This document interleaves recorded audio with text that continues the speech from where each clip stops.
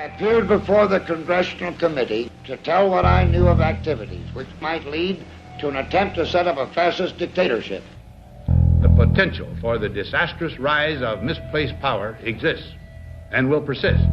The very word secrecy is repugnant in a free and open society. And we are, as a people, inherently and historically opposed to secret societies, to secret oaths, and to secret proceedings. President Bush signed a formal agreement that will end the United States as we know it. And he took the step without approval from either the U.S. Congress or the people of the United States. The secret organizations of the world power elite are no longer secret. It's known as the Bilderberg Group. Could their objective be world domination? I'm Jim Tucker. I've chased Bilderberg for 30 years. I'll never give up the chase. Bilderberg plan for the whole world is nothing less than world government. I'm not comfortable with that at all. Who elected these guys to run the planet? They are the elitists. They feel they should run the world for their own selfish interest. Now we can see a new world coming into view. A world in which there is the very real prospect of a new world order.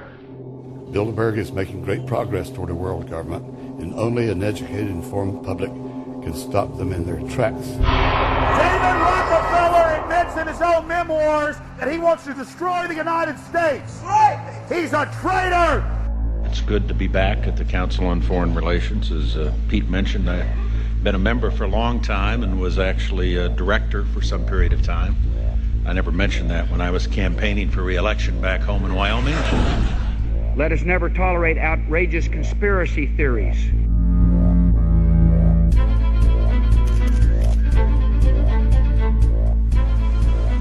I need you to move off the property, please. Some shots were fired.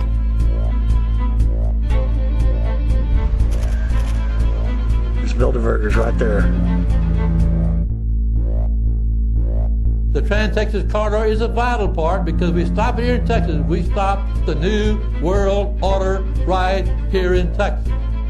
This thing started here. And to save this country, we kill this damn thing here.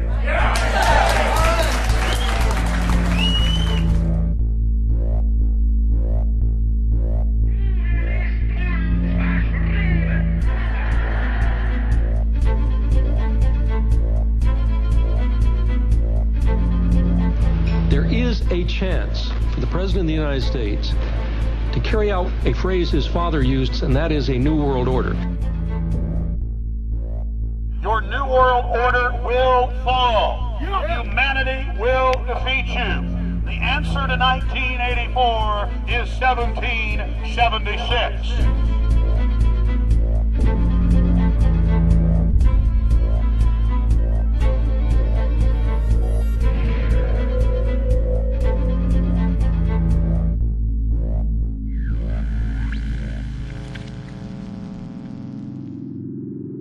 In the near future, Earth is dominated by a powerful world government.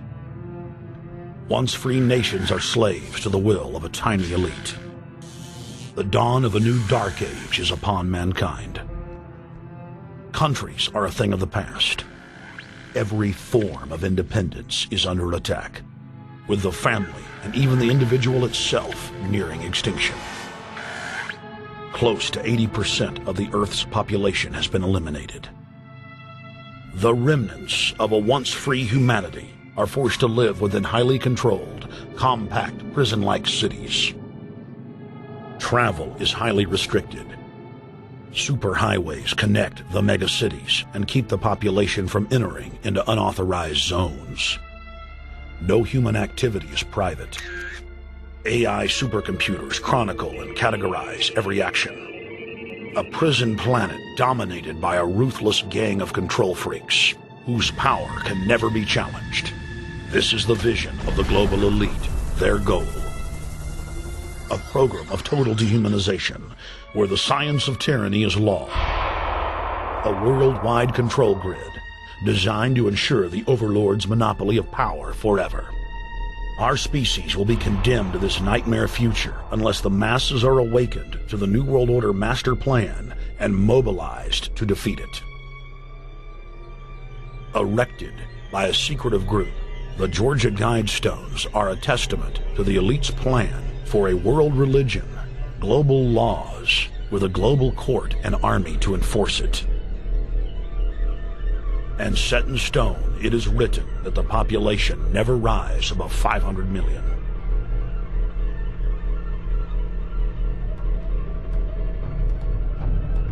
In this film, you will learn how our world is truly governed. You will see how highly secretive roundtable groups interlock to form a global intelligence network. This group has been steering planetary affairs for hundreds of years. Now, in the final stage, they prepare for open world government. A goal tyrants throughout history have lusted after. Dr. Michael Kaufman is a published ecologist specializing in ecosystem research, forest ecology, and ecosystem classification. Dr. Kaufman played a key role in blocking the ratification of the Convention on Biological Diversity in the U.S. Senate. The concept of a new world order has been around for centuries. It's been receiving tremendous play over the last half of the 20th century. George Bush, the first senior president, George Bush, used it a lot in his speeches and really implies that he really wants to see a order in which we have a universal or a global type of governance in which every human being on planet Earth is ultimately responsible to policies that are being formulated at the international level. It is a big idea, a new world order.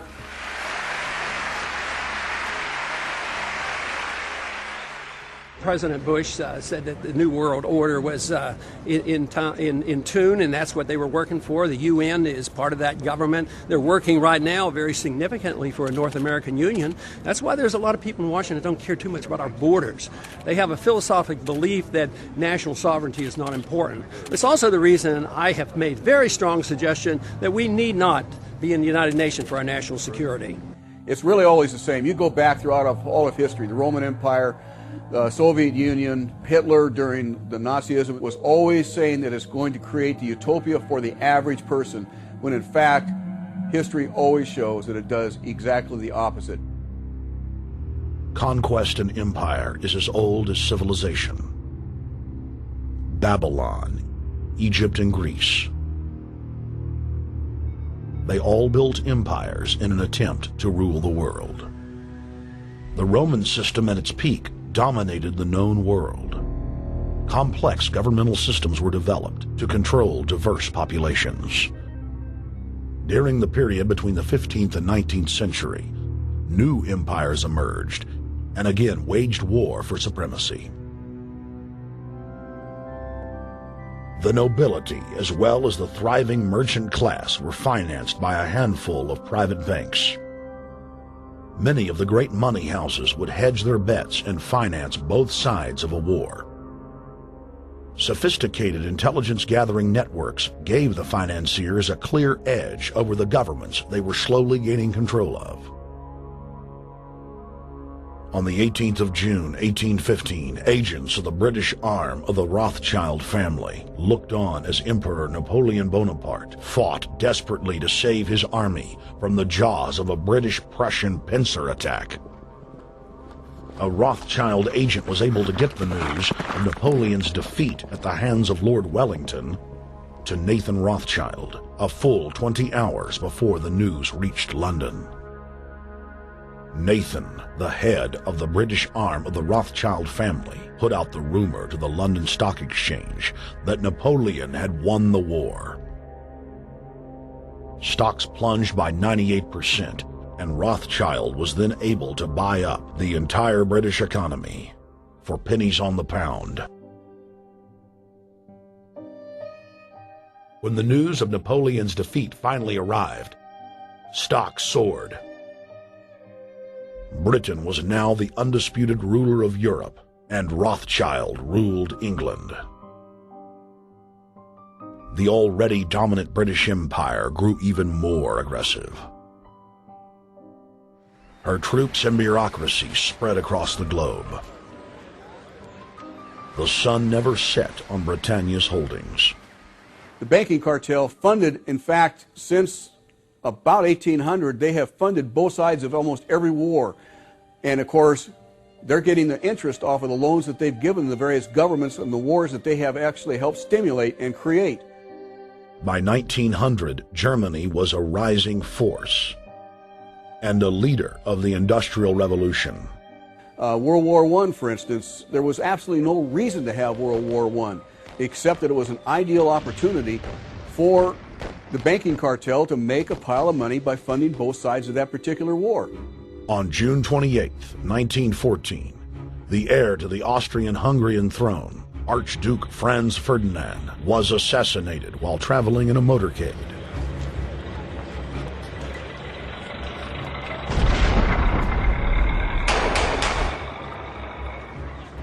The Black Hand, a Serbian secret society with connections to French and British intelligence, took credit. World War I had begun.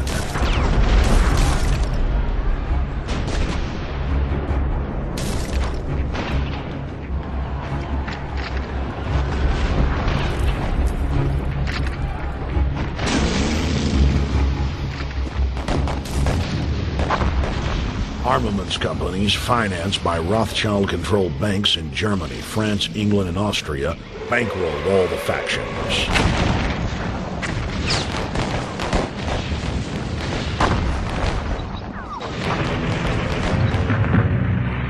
At least 20 million were killed in the war. It was a conflict so terrible the people vowed to never fight again. They dubbed it the war to end all wars. Question is, why did they want war? Well, first of all, is money and power. But secondly, they wanted to create the League of Nations. They had this in their plans all along, and as a consequence, once the war was over or about to be over, they began to formulate this idea of a League of Nations so this would never ever happen again. Hundreds of years of practice made the British experts at hiding their empire behind puppet governments and councils. In the name of stopping all future conflicts, they proposed that countries would join a League of Nations.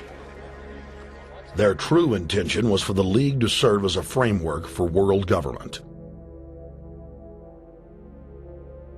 President Woodrow Wilson, who had spearheaded the establishment of the private Federal Reserve System in the United States in 1913, strongly supported the establishment of the League of Nations. Woodrow Wilson was a very naive president. He was basically a college professor that was grafted into this whole system. The League convened in Paris in 1919, but many nations recognized it as a threat to their sovereignty and refused to join. Frustrated by the U.S. Congress blocking the League of Nations, British intelligence, with the help of the Rockefeller family, set up the Council on Foreign Relations in New York City in 1921. The Council recruited the best and brightest of American life to support the growth of the Anglo-American Empire. The CFR's stated mission is to abolish all nation-states in favor of an all-powerful world government administered by a tiny elite. By 1930, the promoters of world government had split into two interlocking camps: the Fabian Socialists centered in London, and the Fascists based in Italy and Germany. National Socialism will use its own revolution for establishing a new world order. Adolf Hitler. Supporters of the fascists in the United States and England believed that the military should be used to quickly transform the world into a new world order, while the more sophisticated practitioners of globalism stated that incrementalism was the sure path to world domination. Congressional Medal of Honor winner Major General Smedley Butler went public in 1934, exposing an attempt by the robber barons to launch a military overthrow of the United States. The war hero testified to the McCormick-Dickstein Committee in Congress that some of the most powerful men in America had tried to recruit him to lead a military coup so they could set up National Socialism in the United States.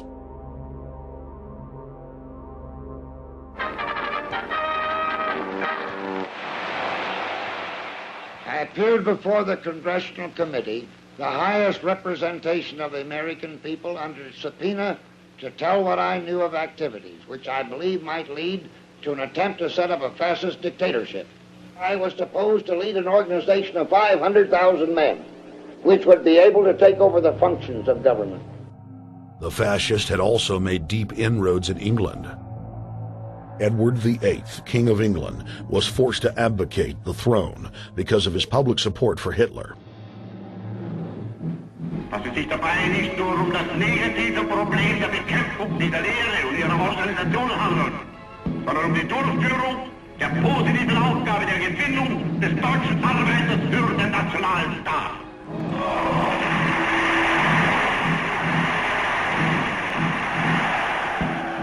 Though the German-led fascist camp was strong, the Fabian Socialist Bloc was able to maintain control of the U.S., Russia, and England.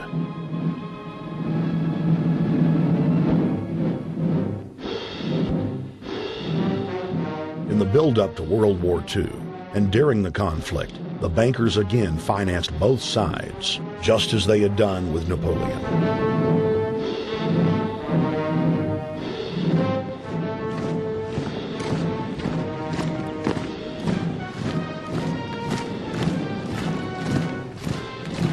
With the rise and fall of the Third Reich, Europe lay in ruins.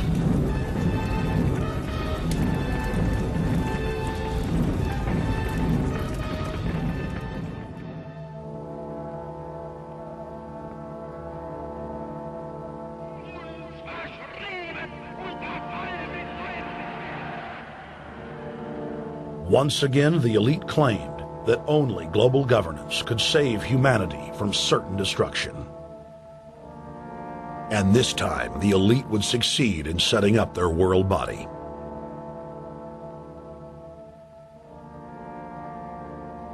In April of 1945, at the Presidio Naval Base in San Francisco, the United Nations was founded by the victors of World War II. The United Nations complex was then built in New York City on land donated by John D. Rockefeller. Shortly after the elite established the United Nations as their base in the United States, the newly formed World Council quickly began work on the next phase in their plan, the incremental formation of continental superstates.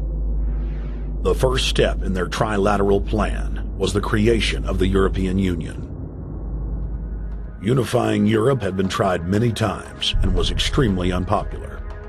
Where Napoleon and Hitler had failed to accomplish their goals using force, the globalists would succeed using stealth. The British spearheaded the formation of the Council of Europe on May 5, 1949. The Treaty of London claimed to only establish trade ties between European nations, like NAFTA or GATT in North America. Its true intention was the formation of a European superstate.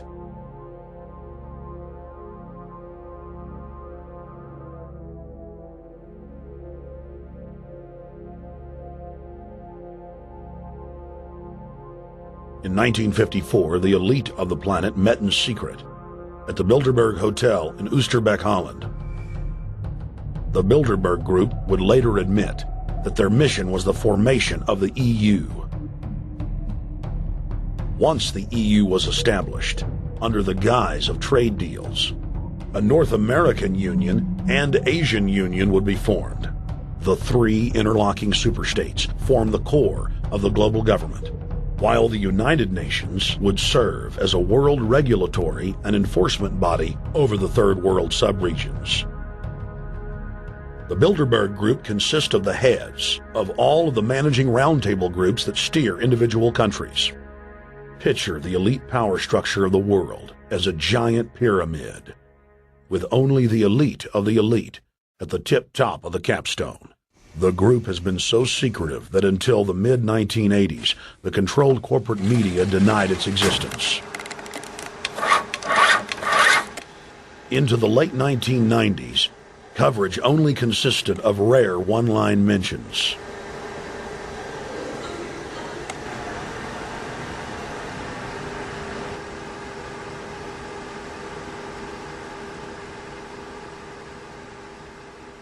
With the rise of the alternative media, their stranglehold on information has begun to slip. On the outskirts of the national capital today, black limousines with darkened windows converged on a hotel where private security guards imposed ironclad control. The limos carried royalty, political power brokers, and industrial titans to a secret meeting that will last all weekend. It's known as the Bilderberg Group. Could their objective be world domination? Every 4 years, Bilderberg meets in North America, and in June of 2006, we decided to travel to Ottawa, the capital of Canada. The site of Bilderberg.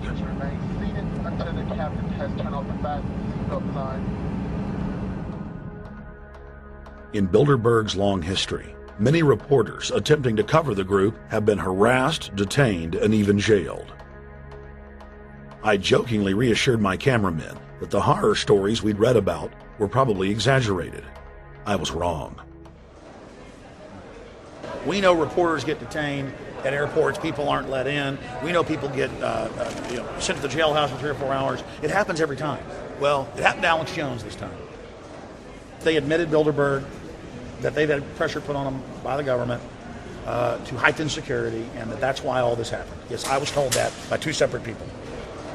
They scoured our records for hours yesterday and hours today, trying to find something on us, and of course there was nothing. It was just scary. I mean, I've been all over the world, and I've never seen anything like this. It was like hours of humiliation. And they said, "What are you here for?" And I said, "Well, I'm here to, cover the media, covering a political event. I hope to talk to some members of Parliament." I was answering all the questions. It was clear I wasn't a threat. It was clear I didn't have any criminal record. It was clear I was pressed. It was clear I was coming to interview people. They were going to deny me. They told me earlier that I was probably going to be denied, and then you guys showed up, and everything changed. So what's your plan now? My plan is to go out and try to interview Jim Tucker, try to go down to the Bilderberg Group and maybe catch some of them still arriving, and try to still make a documentary.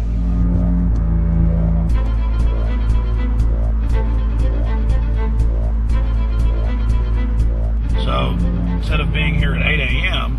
in the morning when the Bilderberg Group attendees, the 100 elite of the planet, start showing up, we're going to be getting here about 3:30 or so, and we'll see if we can catch any of the elites coming in.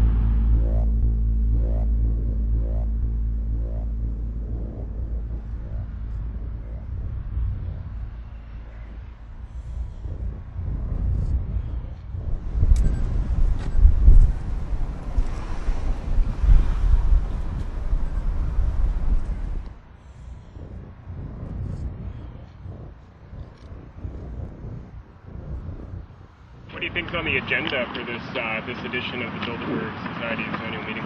They're debating the attack on Iran. They're talking about how to take out Hugo Chavez. They're talking about how to get their American Union in that destroys Canadian, U.S., and Mexican sovereignty. So we're talking about the death of Canada is what's happening in there right now. The death of your sovereignty is happening in there right now. CNN has even reported that these individuals have put out the policy reports through the Council on Foreign Relations that writes their scholarly white papers to end the United States, to end Canada, and to end Mexico. About 10 have come in. They've been coming in slowly in typically big black cars with what appears to be bulletproof glass, and we've got a few pictures of some of the people. We're being kept well back from the building by an awful lot of security people, but there'll be more security as this thing develops. Again, just a reminder to stay off the property, okay? I am. This is the line. We checked with the city. Thank you. Yeah. Okay. The ex-president of Ireland? Maybe? Okay, Danny will know. I came here from upstate New York. I booked a room way in advance. When I checked in at 10 o'clock at night, they told me I had to be out at 8:30 in the morning. And so, of course, I complied to what they wanted. I wasn't happy about it because I had been tired. I drove quite a long way. Then I went down to have something to eat, and I just saw a bunch of security here, and I was wondering what was going on, and I asked questions. And they said they were having a wedding or they were having some sort of reception. So I decided to ask a couple more questions because I thought it was kind of weird. And then I saw them from my hotel window. They were in the back with flashlights looking at the trees, looking up through the trees, and they were also in front of the hotel, combing. It looked like combing the hotel. So I kind of was wondering what was going on, and I left. I got up this morning. I checked out, and then the fellow that I spoke with, the last fellow I spoke with, said, "Well, you'll know all about it in the newspaper." Well, I didn't have to wait because there was a group of people out here telling me everything that was going on. They're not fooling anybody any longer when you've got this many cops, and detaining Alex Jones at the border.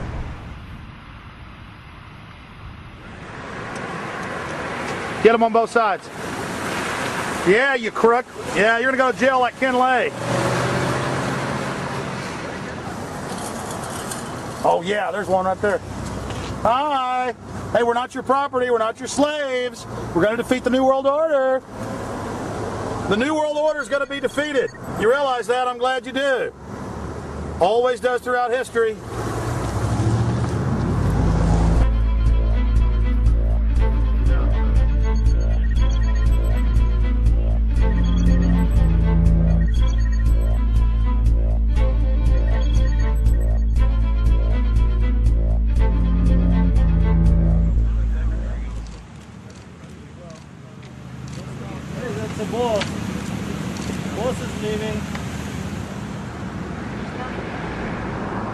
Etienne Davignon is the honorary chairman of the Bilderberg Group, as well as the head of its steering committee. The committee he heads selects and invites each year's attendees. In the last decade, the list of attendees has been leaked to reporters by moles on the inside.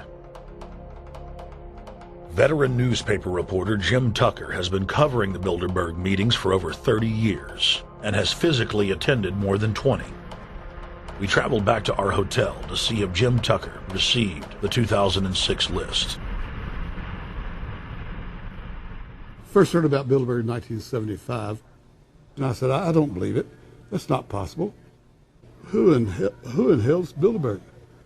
I spent 20 happy years with metropolitan newspapers.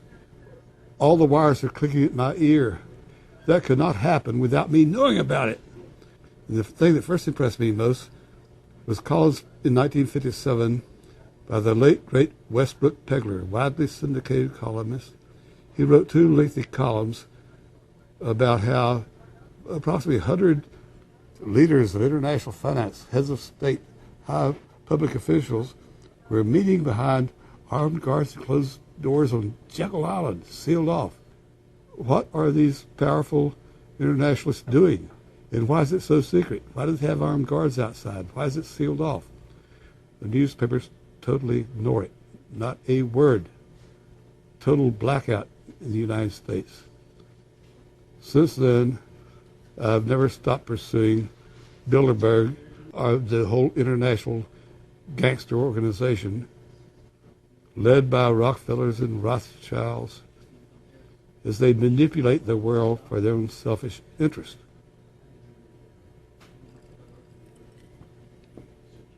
Jim, you've been waiting on the list. You normally get it on the first day. You haven't gotten it. We're told it might come in today. How important is that list? It's absolutely essential, although identifying people outside, as we always do, is important too, to find out who is not on their own list. In recent years, someone from Europe has sent a machine copy with a letterhead and so forth without identifying himself. So far, I haven't heard from him.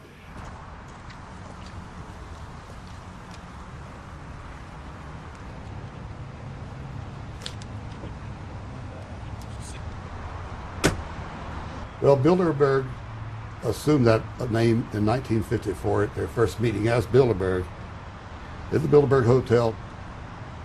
It's a little bit like Shakespeare's As You Like It. They say to Shakespeare, what do you want to call this book? And he says, As You Like It, meaning whatever you want to call it.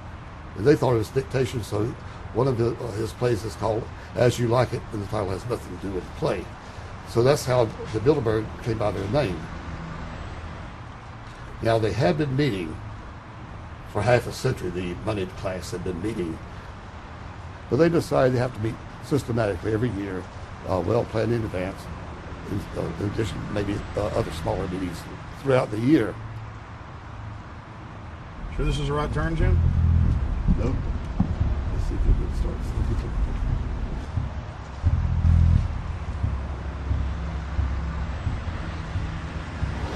This is the global government. They are setting the world agenda. Inside right now, they're deciding on whether or not there will be a war with Iran. They're deciding whether or not taxes will increase, whether oil prices will be suppressed or increased. There's much more on the agenda that we'll be finding out in the fullness of time. But those are 3 items that are heavy on their list this year.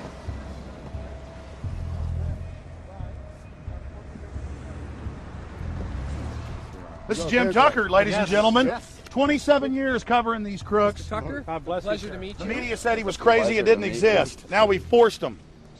120 of the world's most powerful men, heads of state from Europe, high officials of the United States government, Treasury, White House, state, defense. They're setting the world agenda now. The reason they want secrecy is because they're doing evil. Evil is done under the cover of darkness. Good works are done in the sunshine.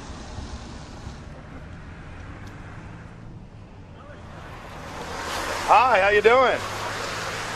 Good. Get off the property, please. Well, Jim has some questions for you. I need you to move off the property, please. Okay. Private property. Sure. It's a public sidewalk. Oh, yeah, we are cooperating. Thank you. Right onto the sidewalk. Yeah, there's no implication that we aren't cooperating. Right onto the sidewalk and stay there, please. Sure, yeah, thank you. Great. Jim has some questions for you. Again, I need you to stay right on the sidewalk. Yeah. Thank you very much. We actually checked with the city. The property line's actually right here. Also, that's good. Property line's actually right here.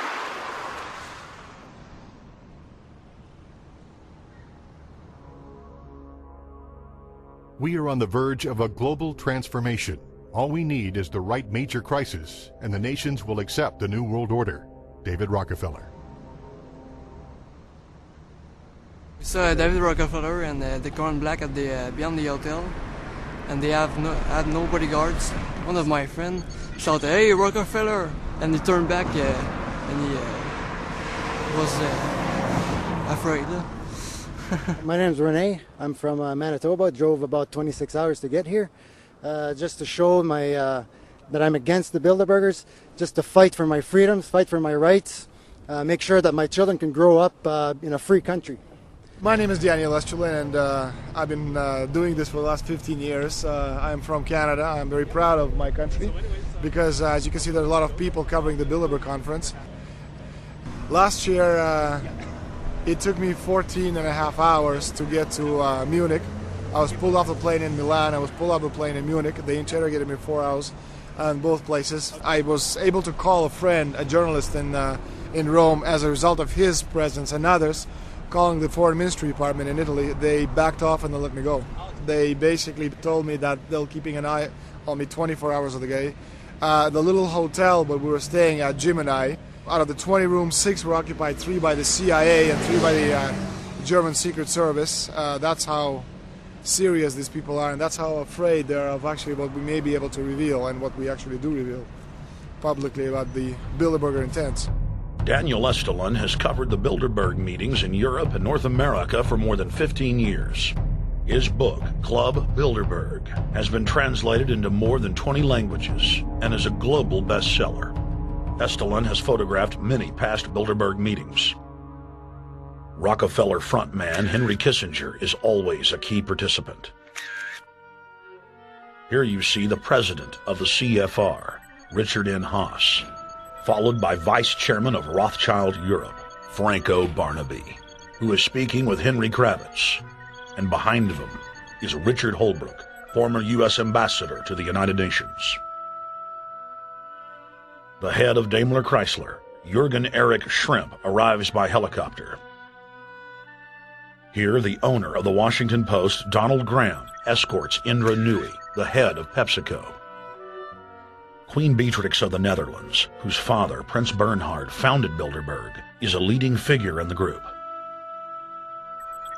Of course, globalist kingpin David Rockefeller, seen here with his bodyguard, James Ford, always attends. The then newly appointed World Bank chief Paul Wolfowitz is photographed at Bilderberg 2005. It has been reported that Wolfowitz had attended previous meetings while still the Deputy Secretary of Defense, a violation of the Logan Act. Under the Logan Act, it is a felony offense for any member of the federal or state government to meet with members of a foreign government without the express authority and authorization of the President or Congress. Put simply, it is illegal for members of the government to meet secretly behind closed doors with foreign power brokers due to the problems of corruption and espionage that it breeds. For this reason, many prominent politicians attend, but their names do not appear on the official list. Despite the Logan Act, the governor of New York's name, George Pataki, does appear on the list, and we were able to catch the governor on tape walking with David Rockefeller at Brook Street. Multiple staff members inside Brook Street reported to us that Hillary Clinton attended for half a day.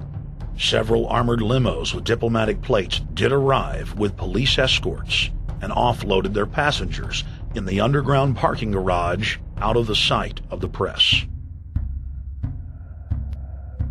Former World Bank President James Wolfensohn sardonically stared at our cameras. They're upset about the fact that they're being exposed.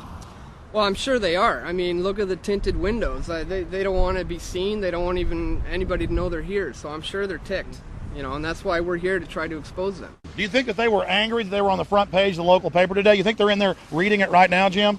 Yes, but I don't think they're happy about it. They prefer nothing at all, no publicity. They prefer absolute secrecy. Yeah, you better look away. We're not your slaves. You don't own me.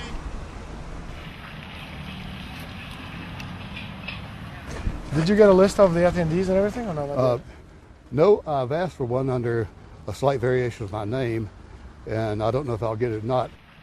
Also, it could happen today. For the last 3 years, I get back to the hotel. And there's a copy there waiting for you. For somebody who does not identify himself. I mean, I'm not just not revealing the source. I don't know the source myself. But a fact, because they want the Bilderberg letterhead on it, and makes a nice memento. Perfect. Alex. Yeah. That's Chalabi, eh? You think Chalabi? No, I don't think. I know. It looked like Chalabi. I knew it was a fat guy. Yeah.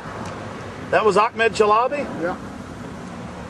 Oh my God. Then they're really going to attack Iran.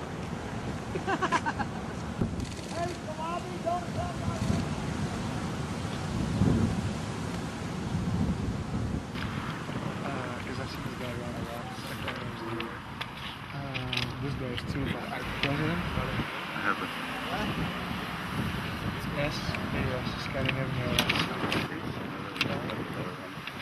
Adrian Woolrich, Maria Monti. Over the last couple of years, they've been reeling with the amount of leakage that they've been experiencing, so it's getting harder and harder. But again, it will never get too hard for us because of the sources that we have inside are top-notch sources. People who are actually working for them, the Secret Service, the second layer, people in the Bilderbergers, the clerks, the administrative office, they're there. They are our eyes and ears, and every time there's something out, we always get the information. That's Francisco Pinto Balsamao. I think that's the Queen. It's the Queen. Oh my God! Yes, her hair. You see her? Yes. Oh my God. Queen of Holland. What usually happens, the Secret Service guys who are protecting the Bilderberg delegates, the staff, the cooks, the chefs, when they actually get to see and to hear what some of these nasty people are talking about, they're the first ones to look for us and the first ones to make sure that we get the information from the meeting. We're very rigorous with information that does come out. We double, triple, and quadruple confirm the sources, make sure that all the information checks out. A lot of the stuff, the Bilderbergers have planted information, make sure that this disinformation nullifies the accuracy of the reporting, which is why we never publish the first thing we hear.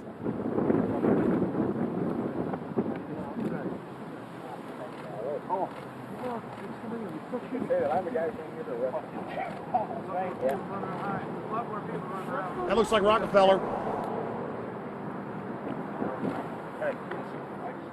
The decisions that these people take, again, they're not only decisions that affect the business community, they affect politics, business, environment, across the entire spectrum.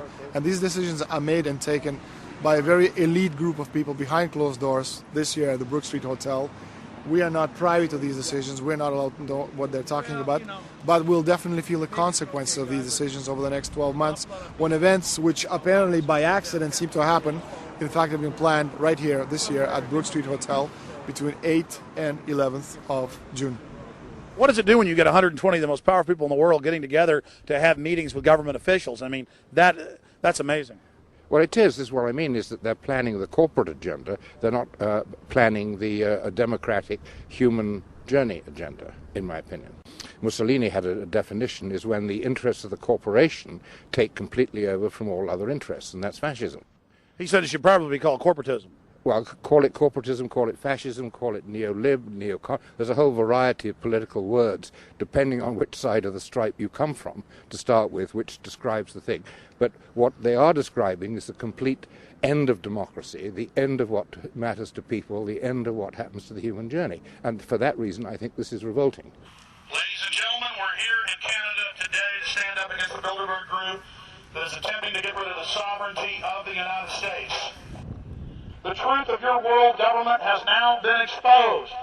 We know you are ruthless. We know you are evil. To David Rockefeller, to the Rothschild representatives here, to the Queen of the Netherlands, to all of you, we tell you, you are not our queens. You are not our kings. You are not our gods. We do not belong to you. We are not your slaves.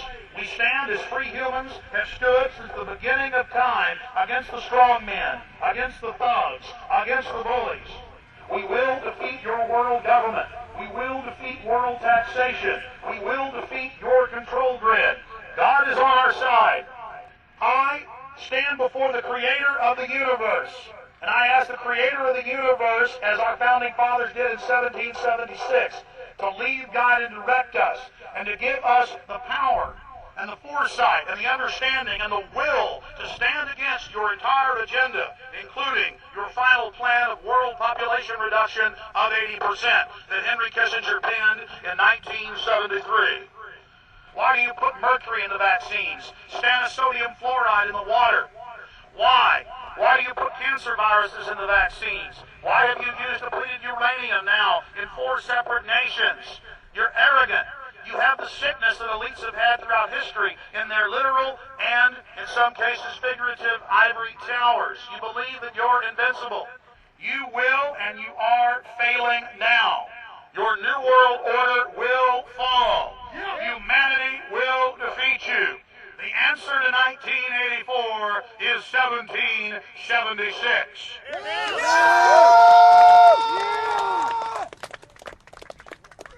Bilderberg is an elite organization, and the way it works, the protocol of the meetings is the staff, after they're vetted out, they're told exactly how they're supposed to behave themselves, meaning that they can never address the attendees, they can never speak to them unless they're spoken to first, they can never look them in the eye. They have to approach them from the right side, the people who are right-handed, and from the left side, the people who are left-handed. They can never look them straight on.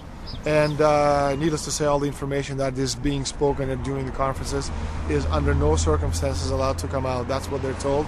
They're threatened with not being able to find another job anywhere in the sector if they reveal any information to the press.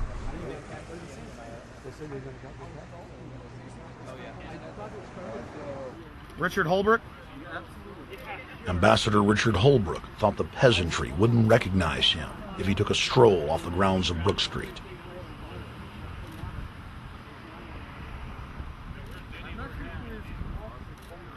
Holbrooke cackled when I told him that we were not his slaves.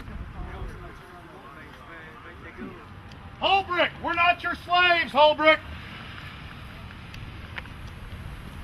We're not your slaves.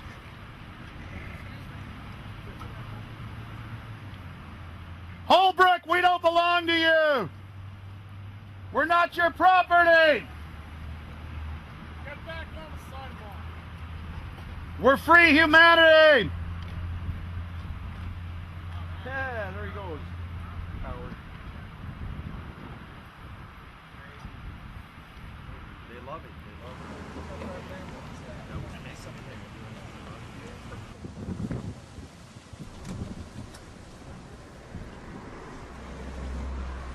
Okay, we're going to be going around the back here, guys.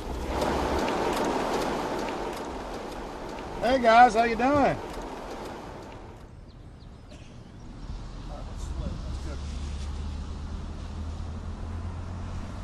There are several rings of security service.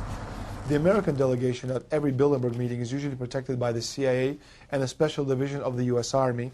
The British delegation is protected by the MI6. Israelis usually are protected by the Mossad. The Ottawa police, in this case, working for the security, they have very little, actually they don't have any information at all on what the meeting is about. They don't even know who the Bilderbergs are. Then there's an elite private firm protecting the perimeter, doing all the dirty work, such as shooing off the photographers and bothering the protesters. But, you know, that's like piddly stuff. All the heavy stuff is done by the security service, such as the CIA, MI6. Some years ago, my legs were a little bit stronger than they are now, and I'd crept over a fence under cover of darkness and approached. The cops started yelling and pointing at me, so I ran with speed I didn't know I still had, and some shots were fired, but they were far above my head. I mean, they were intimidating, but they were not really trying to kill me. Not when sharpshooters are fired far above, 20 feet above your head. Bilderberg was founded by David Rockefeller and the Rothschilds in Britain and Europe. They're still the main powers. Baron Evelyn D. Rothschild, a male, attended for many years. Rothschild is still represented. You'll see them on the list of participants. Somebody representing the Rothschild group. They are the main powers behind Bilderberg. Dutch Shell is part of the Queen's fortune. Of course, the Rockefellers have always had heavy oil interests. That was the original source of their old money from the old man. Jim just got the official Bilderberg letterhead list from his mole inside the Bilderberg group. Let's go look at it. Wall Street Journal.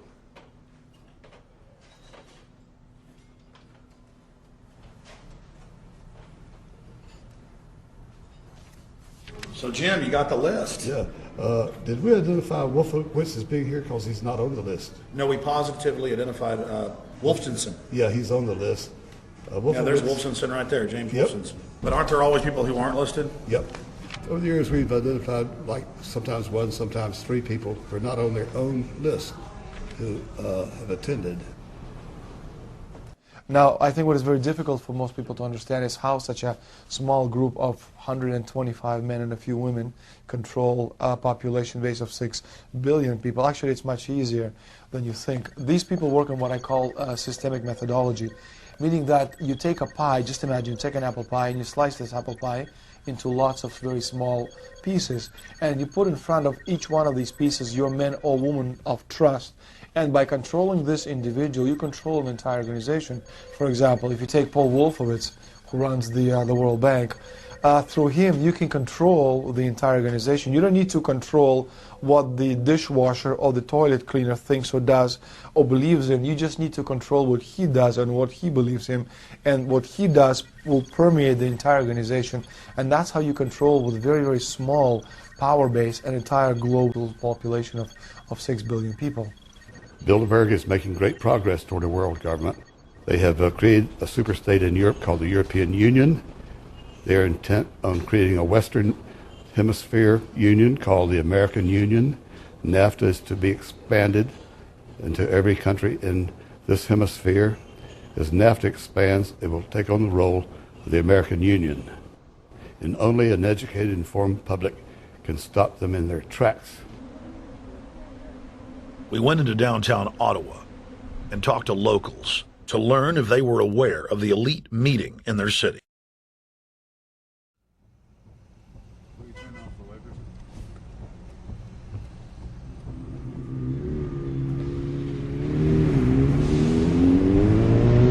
Hey guys, attention just for a second. I just need to tell you that A group just met here in Canada, and they're trying to get rid of your sovereignty, merging you with the U.S. and Mexico. See, it's not funny. I'm serious.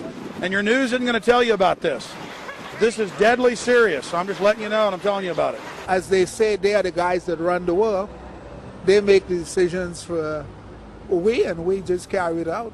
Sir, did you hear about the Bilderberg Group meeting here in town, the 120 most elite people in the world? No. Hey, did you know that the elite's meeting here in town right now? Have you heard about it? 120 crime bosses? None of you heard of it? None of you guys have heard of the Bilderberg Group? They're meeting right now.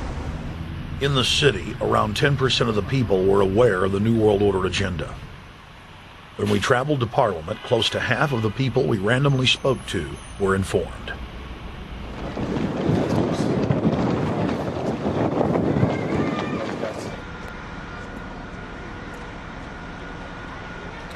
Ma'am, what did you say about the American Union? He said it's going to end up happening. We don't want it, but it's going to happen. Why do you think? Because the Bilderberg Group runs the world. You have the Trilateral Commission that's also part of the Bilderberg, which is the United States, Europe, and Asia. But most of this is public knowledge. Nobody wants to believe that there are conspiracies, that world leaders are already elected before they're voted on. So here we know that Bernard Lord is part of the Outer Circle. I was surprised to read that Harper addressed the group in 2003 because my understanding was nobody gets into politics without becoming part of the Bilderberg Group. And then you find out afterwards that that is the case, that they have... Well, Bill Clinton went there in 91, George Bush Sr. back in like 85. And Blair, same thing. Who we think that we're electing as leaders have already been pre-picked for us. Whether it's liberal or a conservative, they're already part of the group. They own all the horses in the race. They own the horses, and I understand that, for example, in the United States, it's a one-party system with two factions, though you think it's two different parties. Oh, it is, yeah. So it's like Bill Clinton constantly vacations with the Bushes, and they call him their son, and they actually staged all that in 92, and all that's come out. It's just all staged. They're not going to let trillions of dollars slip through their hands. The good news is people are waking up, though. When you read human history, when you study it, all you see is elites trying to dominate, subterfuge, Machiavellian backstabbing, and somehow in the last 50 years they convinced Westerners that the government's fine, can do no wrong, trust them. How did this happen? It's easy to lead sheep. I mean, people just follow. They don't want to believe these things will happen. No way. We'll just follow along with the norm. That's all. It's just makes it easier for everyone. What's your view on losing Canada's sovereignty? I like this country to stay as it is, and I love the United States to be there. Back in Austin, the capital of Texas, the public was frighteningly unaware of the nation's peril.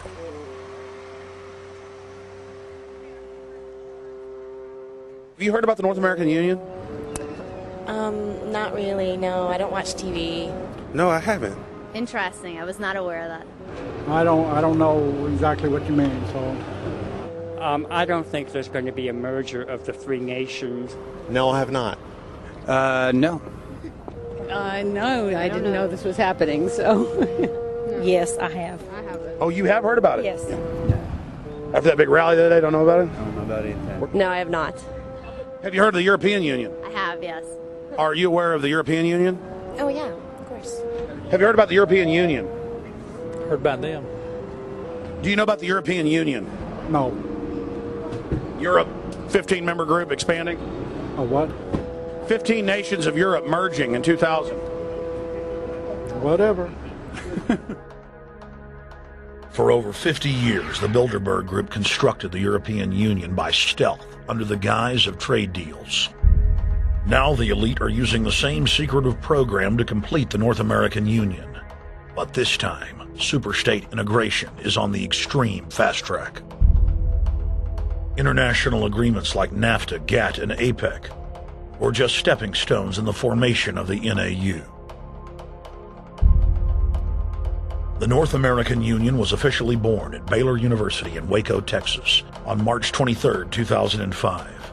The leaders of the United States, Mexico, and Canada told the press that they were only meeting to discuss trade.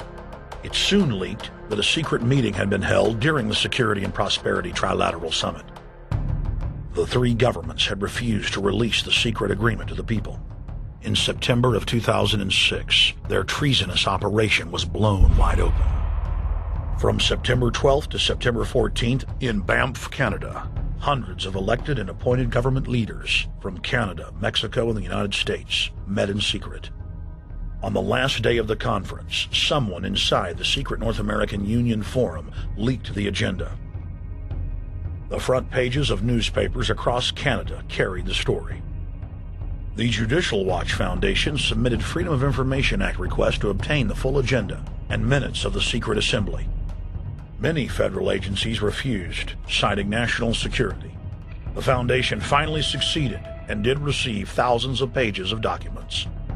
The documents marked unclassified are the blueprints of a shadow government ruling by bureaucratic and executive fiat. The pages chronicle an already operating North American Union.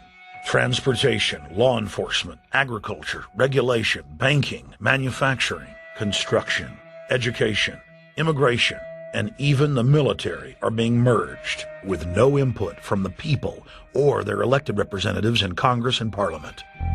One of the first items on their agenda was to stress how important it was that their plan, quote, be carried out by stealth.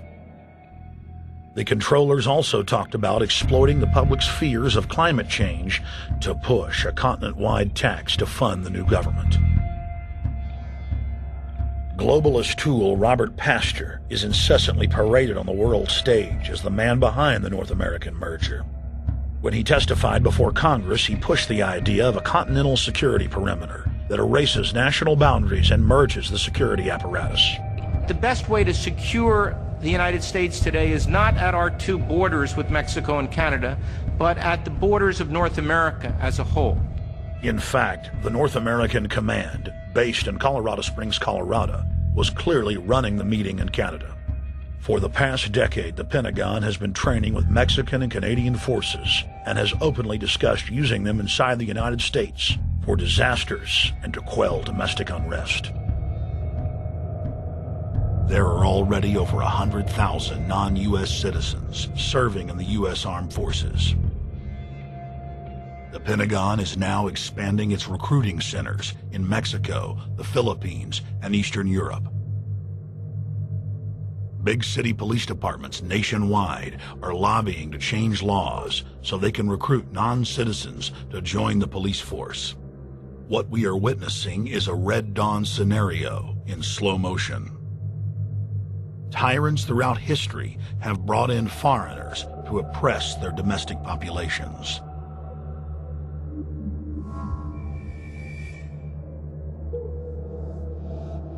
When their coup by stealth was exposed, the three governments went into damage control mode.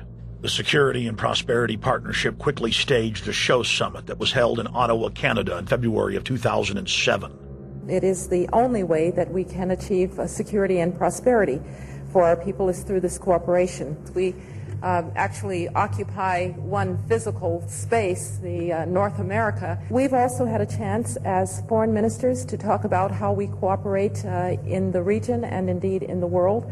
Protesters who were upset about losing their countries and freedoms were not tolerated.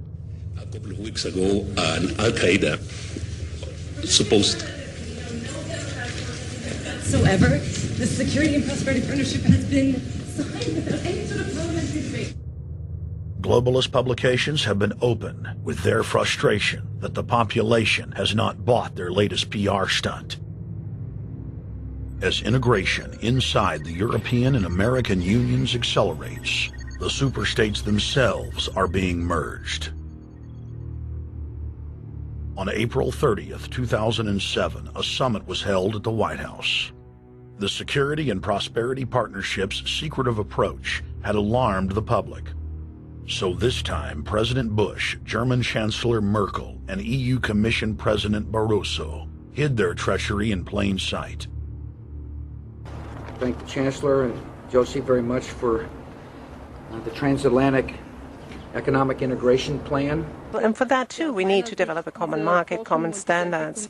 So this is indeed a very important agreement, an agreement that also brings with it a Transatlantic Economic Council to be a permanent body with senior people on both sides of the Atlantic that will look at all those issues in a concrete manner, in which way we can make it move forward. The BBC reported that the US and EU had agreed on a single market. By announcing a new economic community integration, they were simply repeating what had been done in America and the EU on a larger scale. The accord states that the two blocs will aggressively push regulatory convergence in more than 35 areas, from financial services, intellectual property, military, education, mergers and acquisitions. They also agreed to jointly push a global carbon tax. We recognize that we have a problem with greenhouse gases. We agree there is a global threat, it's a serious threat. We agree there is the need to establish a limit to greenhouse gases. We need to discuss the possible pricing of CO2.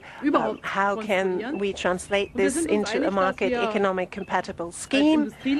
We have agreed to establish a high-level group, a forum. This EU-US result is translated into the G8, debated together with the outreach countries, China, South Africa, Brazil, among others, and India. A global solution to a global problem. If Bilderberg succeeds, America falls. All the victimized countries lose their sovereignty. Bilderberg is not a person, it's not an idea, it's an ideal, a very powerful group of people working together and for the positions of ultimate and absolute power, destroying every constitution on earth, no matter how powerful the constitution of the nation is. That's what these people do. The African Union arose out of the African Economic Community, set up in the early 1980s. The African Union is financed by a consortium of international bodies, governments, and corporations. The African Union Army serves as an enforcement arm for the New World Order's exploitation of Africa. In Asia, APEC and ASEAN have announced plans to form the Asian Union, consisting of Asian and Pacific nations, having more than 3 billion people within its borders. APEC will become the Asian Pacific Union, and the world is to be divided into 3 great regions for the administrative convenience of the world government in which the UN is to evolve. As the unions form individually, they are simultaneously merged to form the first planetary government. They're trying to destroy every nation on earth which is trying to promote progress, because these people basically they are landowners. They don't need progress because they control the land. If you take the most powerful man in London, the people who belong to the Council and the Committee of 300, who belong to the Bilderbergers, the British royalty, the Guelphs, the black nobility of Venice and Genoa, these people they're landowners.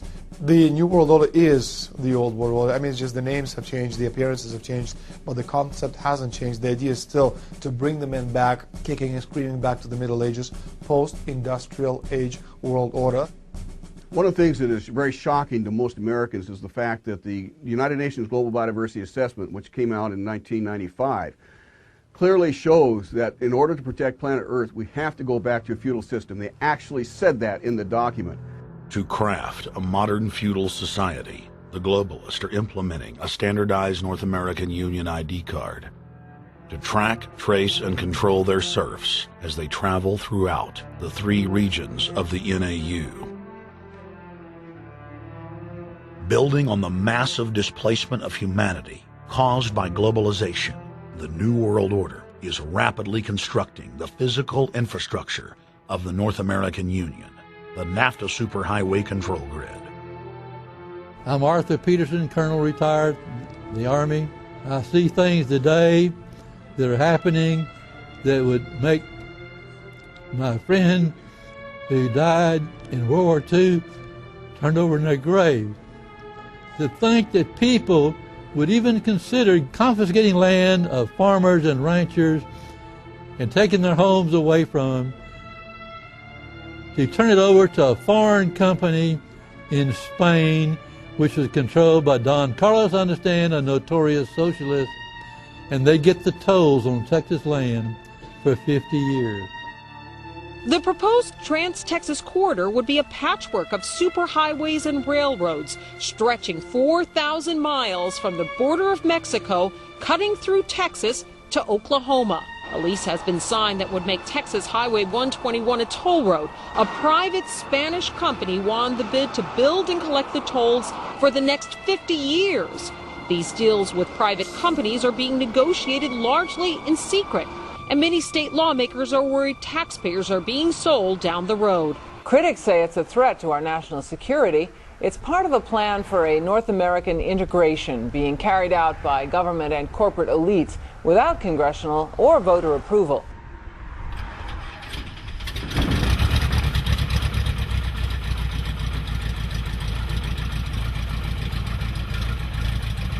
We took to the air over central Texas to get a bird's-eye view of the Trans-Texas Corridor, which is under construction and will form the heart of the Trans-NAFTA superhighway system.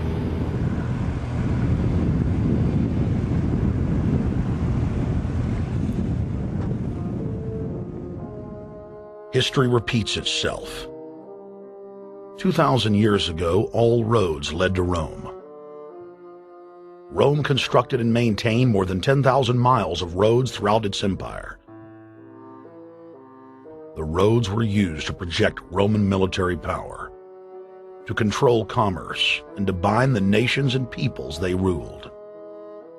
Rome also demanded tribute. Roman subjects from Albion to Judea were forced to pay a tax to use the roads. The Romans would then use the tax to dominate their subjects. Today's superhighways are a powerful tool in the globalist arsenal. They are instrumental in tearing down national borders and merging nation-states into larger confederations.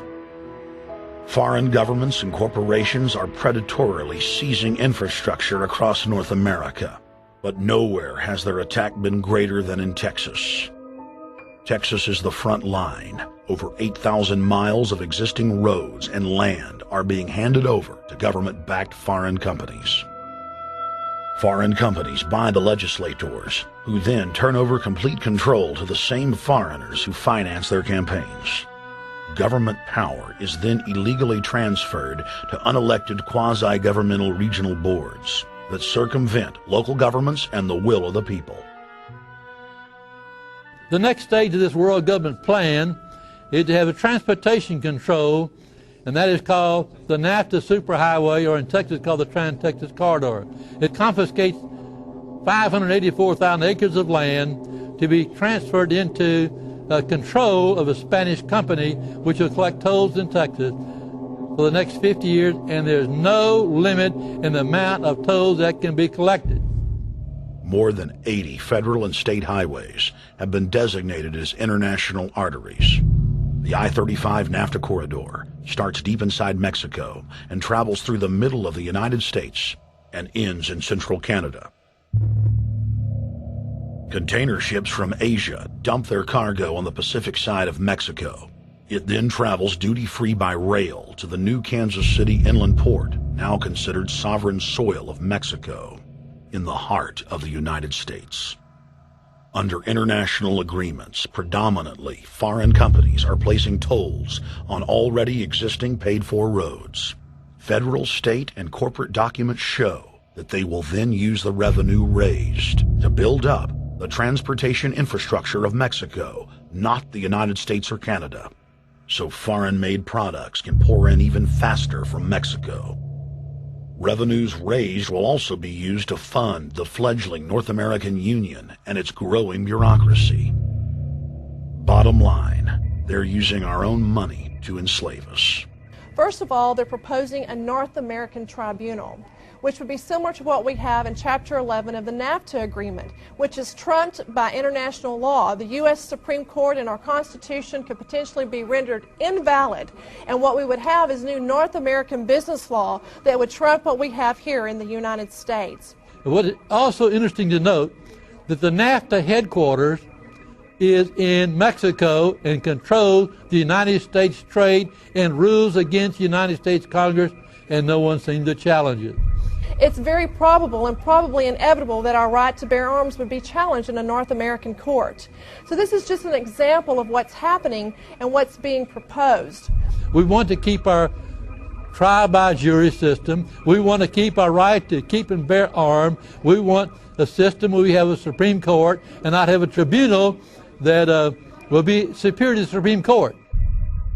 In 2005, Cintra, a Spanish-owned company, signed a secret agreement with the Texas Department of Transportation to erect toll roads on existing roads and to toll new roads that were completely paid for by tax dollars. There are people, believe it or not, in Texas who don't know what the Trans-Texas Corridor is. TTC 69, which they'll have the environmental hearing starting this spring on, runs through my part of the state. And there are people over there who have no idea what's fixing to come in their backyard. TxDOT, an unelected state agency, claimed that the agreement with the foreign company was even secret from the Texas legislature. When the truth came out, newspapers across the state called for heads to roll politically. Cintra's response was to have its Australian subsidiary make its first U.S. newspaper buy. Every newspaper they bought was along branches of the Trans-Texas Corridor and had been critical of the toll road plan. The cost of 40 or 50 newspapers is nothing compared to the profits that'll be made. Just Phase 1 alone of the state toll road plan is estimated to raise more than $200 billion in just the first 15 years. And Texas is only a small part of the global panorama. A combine of transnational companies is aggressively consolidating public finance infrastructure worldwide, and the same interests are erecting a world government according to their rules. A literal wonderland of corporate corruption, where governments simply act as vacuum cleaners, sucking up the wealth and resources of the middle class and transferring it to offshore bank accounts, leaving behind a cultural and economic wasteland of easily managed slaves. The whole purpose about the North American Free Trade Agreement is not about trade, it's about control. Control of people. CAFTA is even worse. Control of people. It's not about trade, it's subsidized trade with taxpayers' funds. This thing started here. And to save this country, we kill this damn thing here. To stop it here in Texas, we stop the New World Order right here in Texas. Polls consistently show that over 90% of the people are against the NAFTA highway systems and its toll roads. As the people learned of the threat, they got angry and took action. Our ranch is part of the original Spanish land grant, and I would love to not have to give it back to Spain.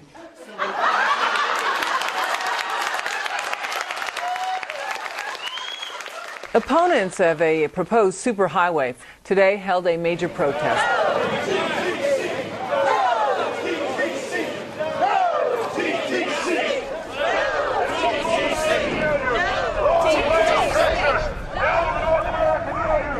A majority of Texas counties have voted to resist the plan for a North American Union and have vowed to block the construction of its infrastructure. Heck, we already know in a law that was passed by a subservient United States Congress, where practically nobody in the entire Congress stood up and said, no, they've already passed a law saying all their driver's licenses are going to be chipped. Well, I'm telling you right now, I'm not going to carry in a driver's license that's got a chip in it so Big Brother can watch everywhere I go and see everything I do. No, no, hell no. No, all of it. No, no. We, the people, own this plot of ground. We, the people, own those trees there. We, the people, own our beautiful Texas, and we are not going to let a bunch of crooks and robber barons take our beautiful Texas away from us. Hell no! Hell no! No, no, no!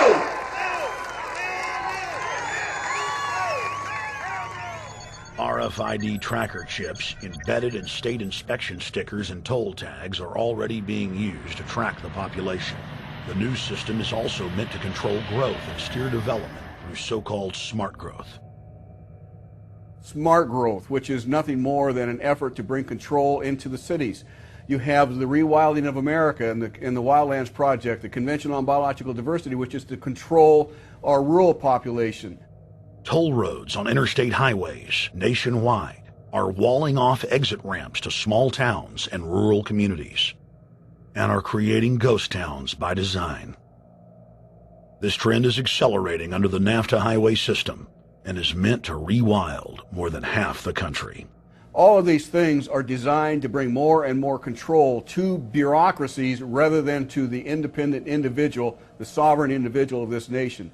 What brought me into this whole discussion was the fact that while I was doing this multi-million-dollar research effort in the 1980s and early 1990s, I became aware of an agenda basically to lock up one half of the United States into wilderness corridors and reserves. What's called the Wildlands Project, but it was also a key cornerstone of the United Nations Convention on Biological Diversity. It was during that study in which I began to realize that this was not an effort to protect the environment, but an effort to control you and I. They were dividing the United States up into little compartments in which they would rip out roads, which they would rip out whole communities and put them back in the wilderness. The federal highway system was designed by Pentagon war planners in the 1950s to serve as a rapid deployment conduit to move ground forces for the defense of the United States during invasion. The unconstitutional Northern Command is now using the highway system as a force projection matrix to dominate populations across the United States. Through federally funded emergency command centers, county and city governments are being quietly federalized nationwide. Billions of dollars per city is being spent to install millions of surveillance cameras. Every town and hamlet, no matter how small or remote, is surveilled. License plate reading software tracks Americans' movements wherever they go. New systems are being deployed that scan your face, read your lips, and analyze your walk. Under the Treasonous Military Commissions Act, American citizens can be secretly arrested, stripped of citizenship, flown to offshore torture camps, and secretly executed. Under Section 802 of the Patriot Act, all misdemeanors are considered terrorism. Federal police squads, called Viper Teams, randomly force Americans to line up and show their papers. From the sidewalks of Miami to the subways of New York to the streets of Houston, Texas, citizens are being searched by heavily armed gangs of paramilitary police.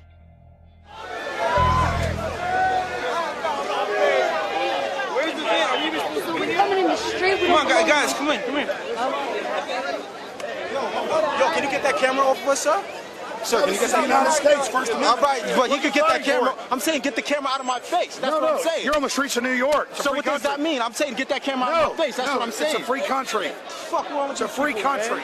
Get this damn camera out of my face. Oh, this isn't Nazi Germany. There's no camera in your face. God. Hey, move to Russia, okay?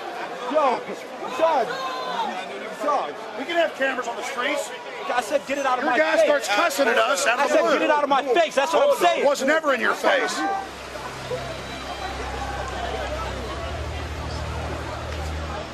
Yo. Long before 9/11, the Pentagon was aggressively violating the federal law that bars the military from policing the American people.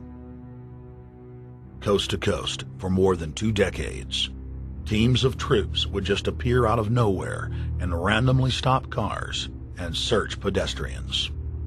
The acclamation accelerated with regular Army searching bags at the Super Bowl and the Kentucky Derby, as well as other high-profile events. Then President Bush signed a Defense Authorization Act, which radically increased the funding for the already bloated shadow government. In the act, the executive branch formally announced that it was preparing for domestic insurrection and went on to preemptively strip the state governors and legislatures of their powers. The federal government is openly announcing that it is the only authority as it treats the people and the states as enemies. Then on May 9th, 2007, President Bush unlawfully granted himself new powers, and the presidency officially became a fiat dictatorship. In the past, continuity of government has been shared by the legislative, judicial, and executive branches of government. Now, all power resides with the president. For the smallest of reasons, including, in the document's own text, any incident in the world, regardless of location, that affects population, infrastructure, environment, economy, or government functions can trigger, at the president's will, total martial law. It is important to add that the president is merely a puppet of the global crime syndicate and may not use the new powers, but simply pass them on for use by future puppet administrations.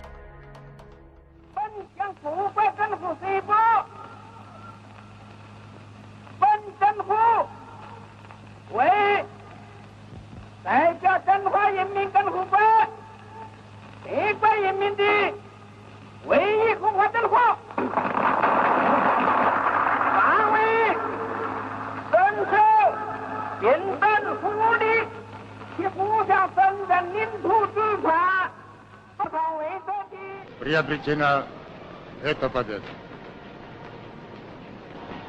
Не забывайте принесенных вами жертв. You must teach people to love their leader. This is the only most important.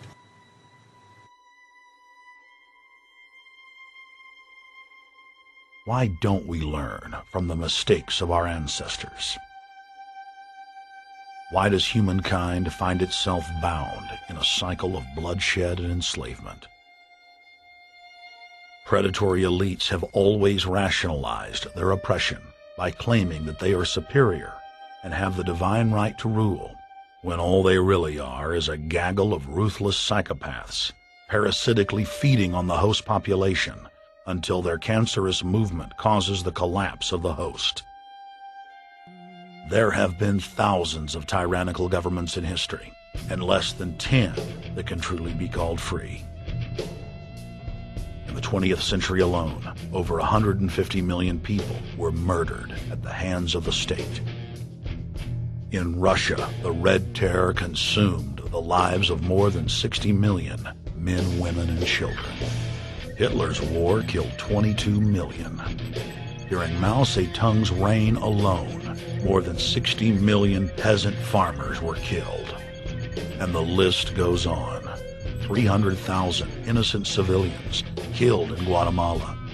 More than 2 million souls brutally murdered by the government of Cambodia. 1,500,000 killed in Turkey. 300,000 in Uganda. 800,000 plus hacked to death with machetes in Rwanda.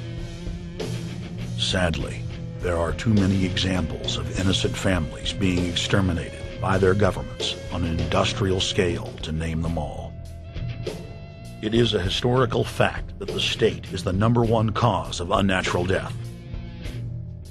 If you take the 150 million people killed by power-mad government in the last century and divide it by 100,000, the number of souls lost would fill the biggest sports stadium, packed with 100,000 screaming fans, 1,500 times over.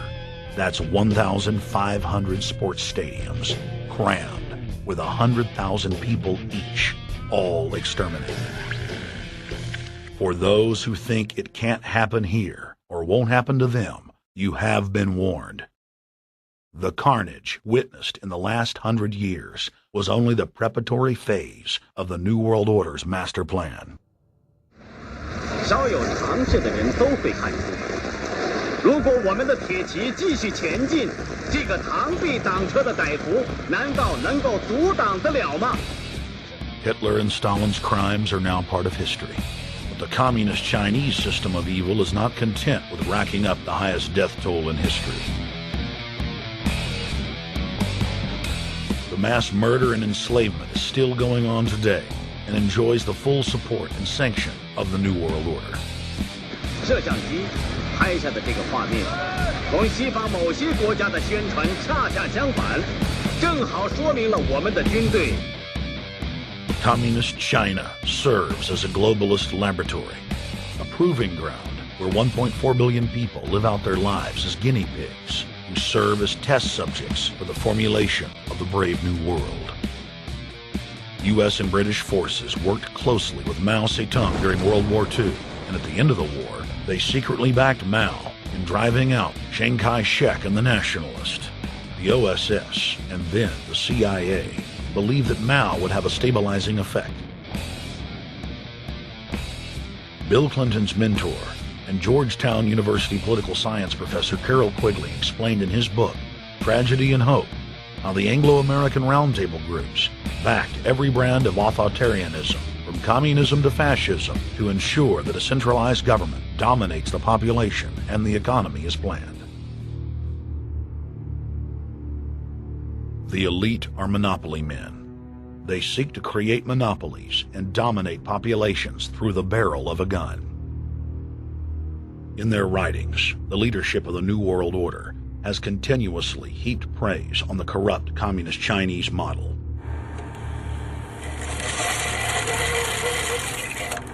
In August of 1973, in an article written by David Rockefeller for the New York Times, Rockefeller openly lauds and endorses Mao Zedong's actions, while celebrating their command and control system.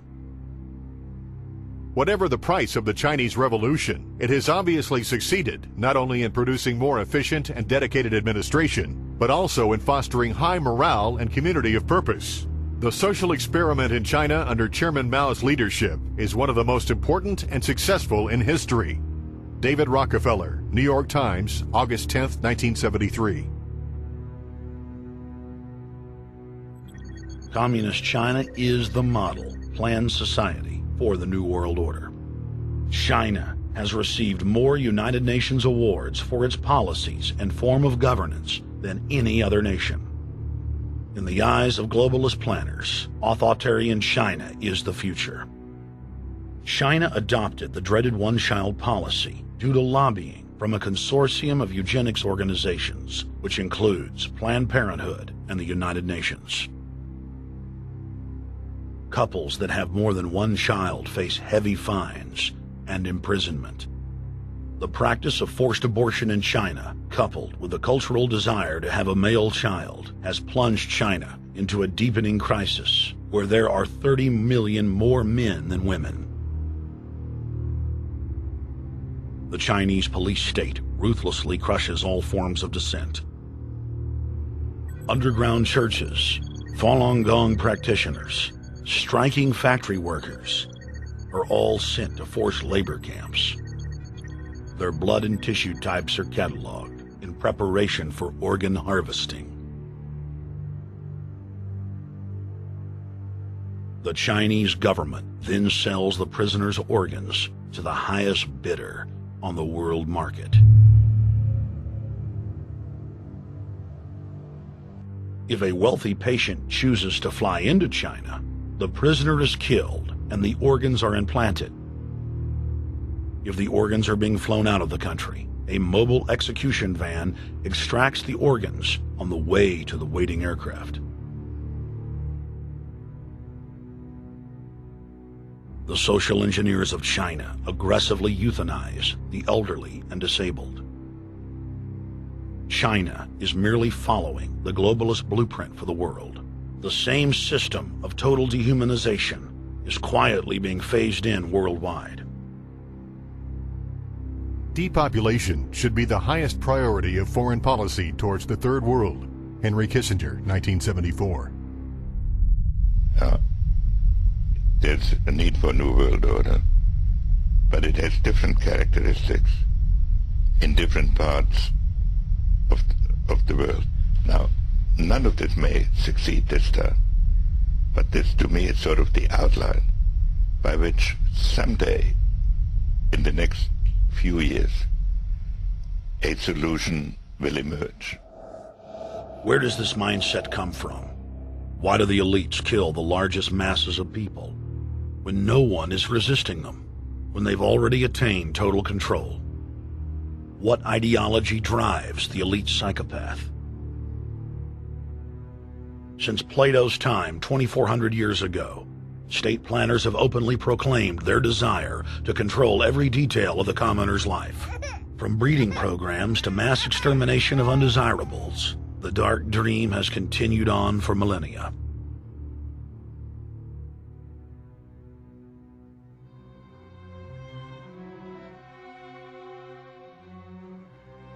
The scientific rationale for tyranny has always been attractive to elites because it creates a convenient excuse for treating their fellow man as lower than animals. Robert Thomas Malthus, famous for saying that a mass food collapse would be helpful because it would wipe out the poor. His fictional scenario would later be called a Malthusian catastrophe. Malthus is important because his ideas led to the rise of a new scientific field that would dominate the course of human history for the next 200+ years. Charles Darwin, an admirer of the Malthusian catastrophe model, developed the theory of evolution, its chief tenet being the survival of the fittest. With the help of T.H. Huxley, known as Darwin's bulldog for his strong support of Darwin's theories were pushed into wide acceptance among key scientific circles throughout England and then the world. Darwin's cousin, Francis Galton, credited as the father of eugenics, saw an opportunity to advance mankind by taking the reins of Darwin's evolution theory and applied social principles to develop social Darwinism. The families, Darwin, Galton, Huxley, and Wedgwood, were so obsessed with their new social design theory that they pledged their families would only breed with each other. They falsely predicted that within only a few generations, they would produce supermen. The emerging pseudoscience was only codifying the practice of inbreeding, already popular within elites for millennia. The Four Families experiment was a disaster. Within only 2 generations of inbreeding, close to 90% of their offspring either died at birth or were seriously mentally or physically handicapped. The moneyed class of the planet, and particularly the royal families of the world, who were already obsessed with breeding and filled with a predatory disdain for the underclass, seized on the new science and began aggressively enforcing its aims worldwide.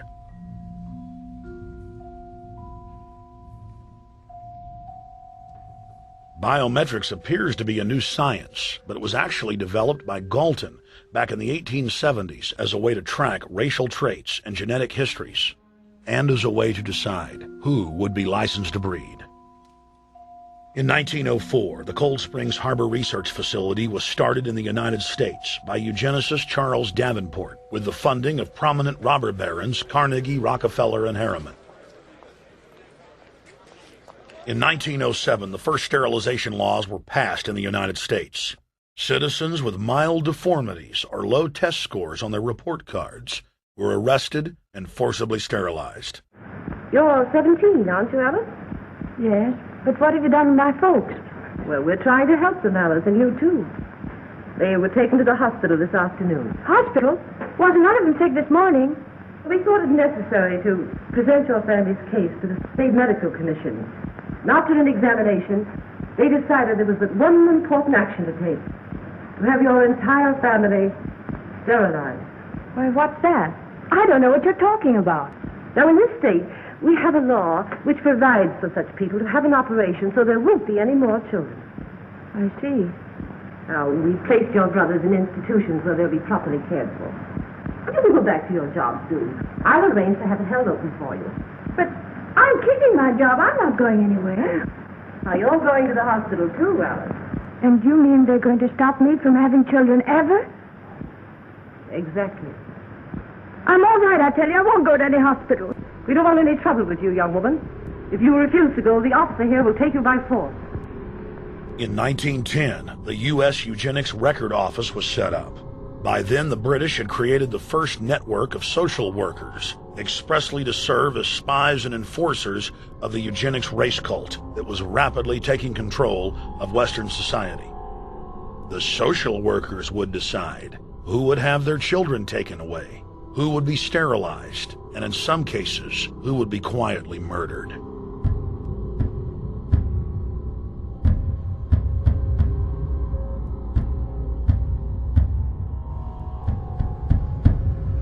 In 1911, the Rockefeller family exports eugenics to Germany by bankrolling the Kaiser Wilhelm Institute, which later would form a central pillar in the Third Reich. At the 1912 International Eugenics Conference in London, eugenics becomes an international craze and gains superstar status. The futurist and best-selling sci-fi author H.G. Wells had studied biology under top eugenicists and was spreading the new faith worldwide. In 1916, H.G. Wells' lover, Margaret Sanger, starts her promotion of eugenics in the United States. In 1923, Sanger receives massive funding from the Rockefeller family. Sanger wrote to fellow eugenicist Clarence J. Gamble that black leaders would need to be recruited to act as frontmen in sterilization programs directed against black communities.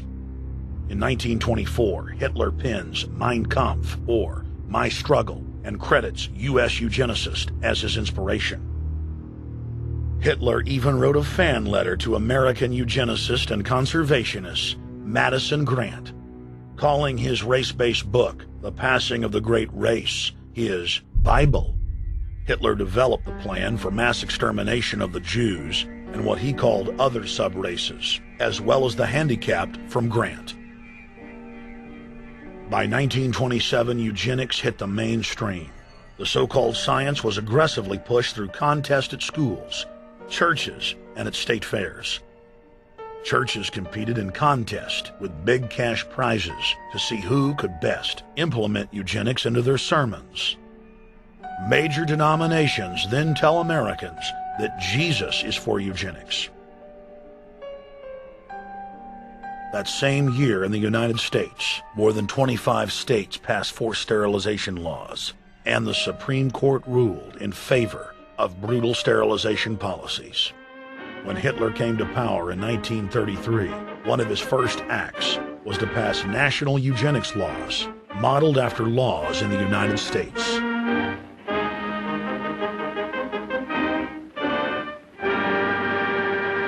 The 1934 film Tomorrow's Children brought the eugenics agenda to the silver screen in the United States.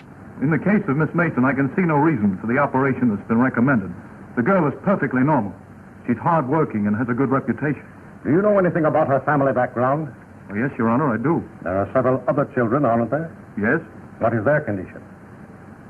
One is a cripple. Two others might be classed as feeble-minded. Isn't the oldest son in jail? Well, yes, I believe so. And knowing all that, you still contend that this girl should be allowed to bring more people like that into the world? She's sound, Your Honor. She's not anything like the rest. Surely she should be given a chance to work out her own salvation. I can't agree with you, Doctor. Suppose she is normal. The chances are that her children will inherit the family taint. Isn't that possible? But, Your Honor, I'm sorry, Doctor. 3 generations of unfit are enough. Petition not allowed. By 1936, Germany had become the world leader in eugenics for taking effective actions to sterilize and euthanize hundreds of thousands of victims. The big 3 of American eugenics, Davenport, Laughlin, and Goethe, were dispatched by the Rockefellers to Germany, where they advised the Nazis on the fine-tuning of their extermination system. With the strong support of the U.S. and England, Germany had gone over the edge, and tens of millions would pay with their lives. At the end of the war, the Allies protected from prosecution the very Nazi scientist that had tortured thousands of people to death. The Nazi brand of eugenics had embarrassed the elites, but they had no intention of stopping their plans. The Allies literally fought with each other over who would get top Nazi eugenicist. It didn't matter if the SS doctors had tortured tens of thousands to death. They were free to go. The Angel of Death, Joseph Mengele, and his boss, Ottmar von Verscher, were not prosecuted, and von Verscher even continued his work in Germany after the war. Eugenicists were angry that their great work had been exposed. They then scrambled to camouflage their agenda. Eugenics Quarterly became Social Biology. The American Birth Control League became Planned Parenthood. New terms like transhumanism, population control, sustainability, conservation, and environmentalism replaced racial hygiene and social Darwinism. Many eugenicists of the previous period engaged in what they called crypto-eugenics. Purposefully taking their eugenics beliefs underground, they became highly respected anthropologists, biologists, and geneticists in the post-war world.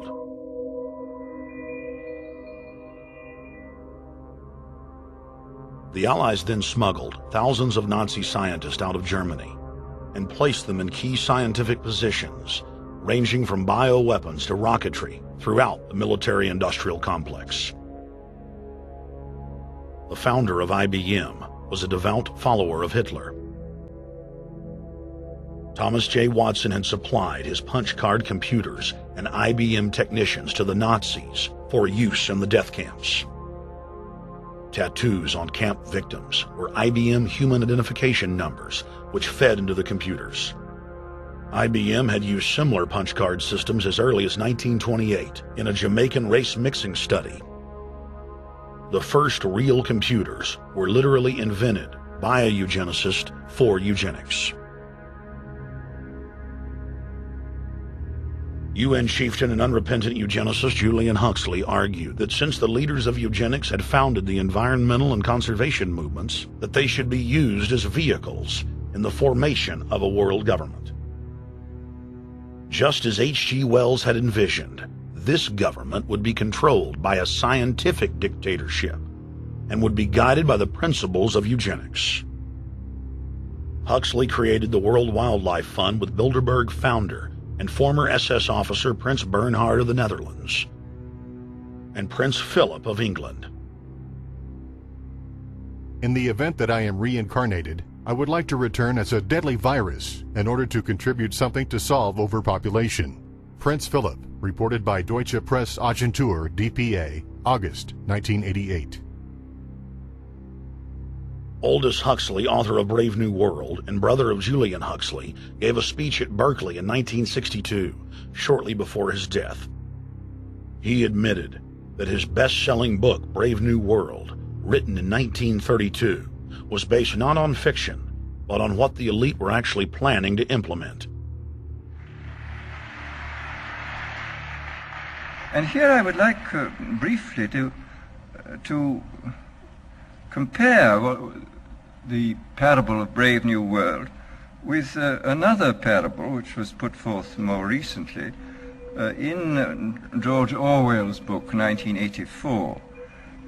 I'm inclined to think that the scientific dictatorships of the future, and I think there are going to be scientific dictatorships in many parts of the world, will be probably a good deal nearer to the Brave New World pattern than to the 1984 pattern. They will be a good deal nearer, not because of any humanitarian qualms in the scientific dictators, but simply because the Brave New World pattern is probably a good deal more efficient than the other.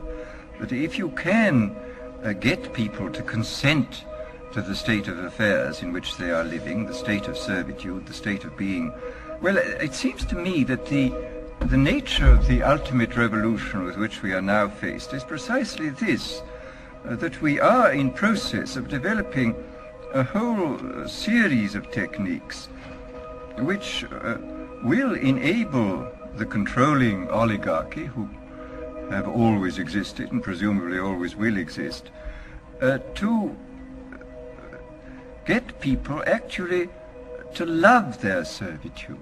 People can be made to enjoy a state of affairs which, by any decent standard, they ought not to enjoy. And these methods, I think, are a real refinement on the older methods of terror, because they combine methods of terror with methods of acceptance. But then there are various other methods which one can think of. There is, for example, the pharmacological method. This was one of the things I talked about in Brave New World. And the result would be that I mean, you can imagine a euphoric which would make people thoroughly happy even in the most abominable circumstances. I mean, these things are possible.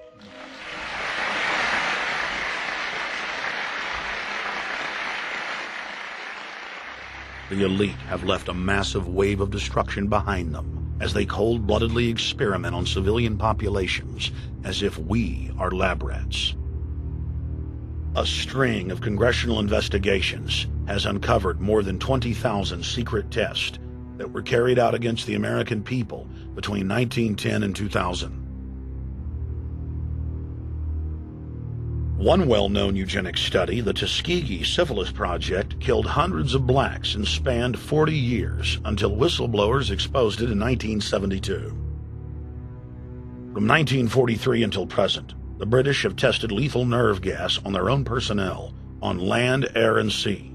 Many died instantly. Still others died grueling deaths over several years. The federal government commissioned secret radiation experiments on thousands of non-consenting patients. Hundreds of hospitals in the U.S. injected healthy men, women, and children with uranium and plutonium at dosage levels ranging from non-therapeutic to lethal, killing many of the test subjects. Pregnant wives of GIs were given vitamins by base doctors that actually consisted of highly radioactive uranium-239 and plutonium-241, resulting in violent miscarriages and the death of the mothers.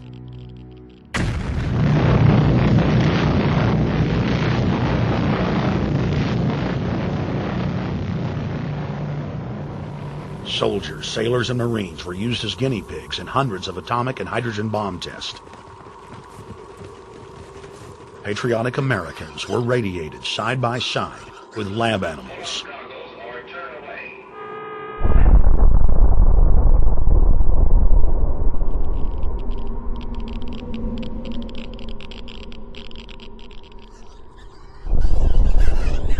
Pilots were forced to repeatedly fly through mushroom clouds of DNA-destroying radiation.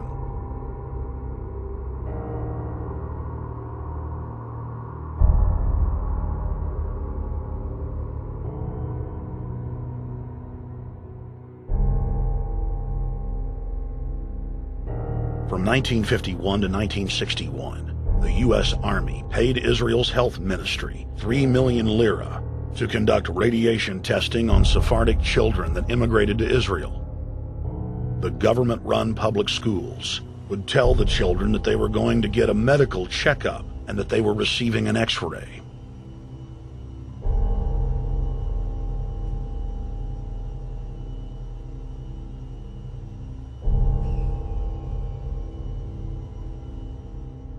The Pentagon had already radiated more than 4,000 institutionalized children in the United States, many of which had died.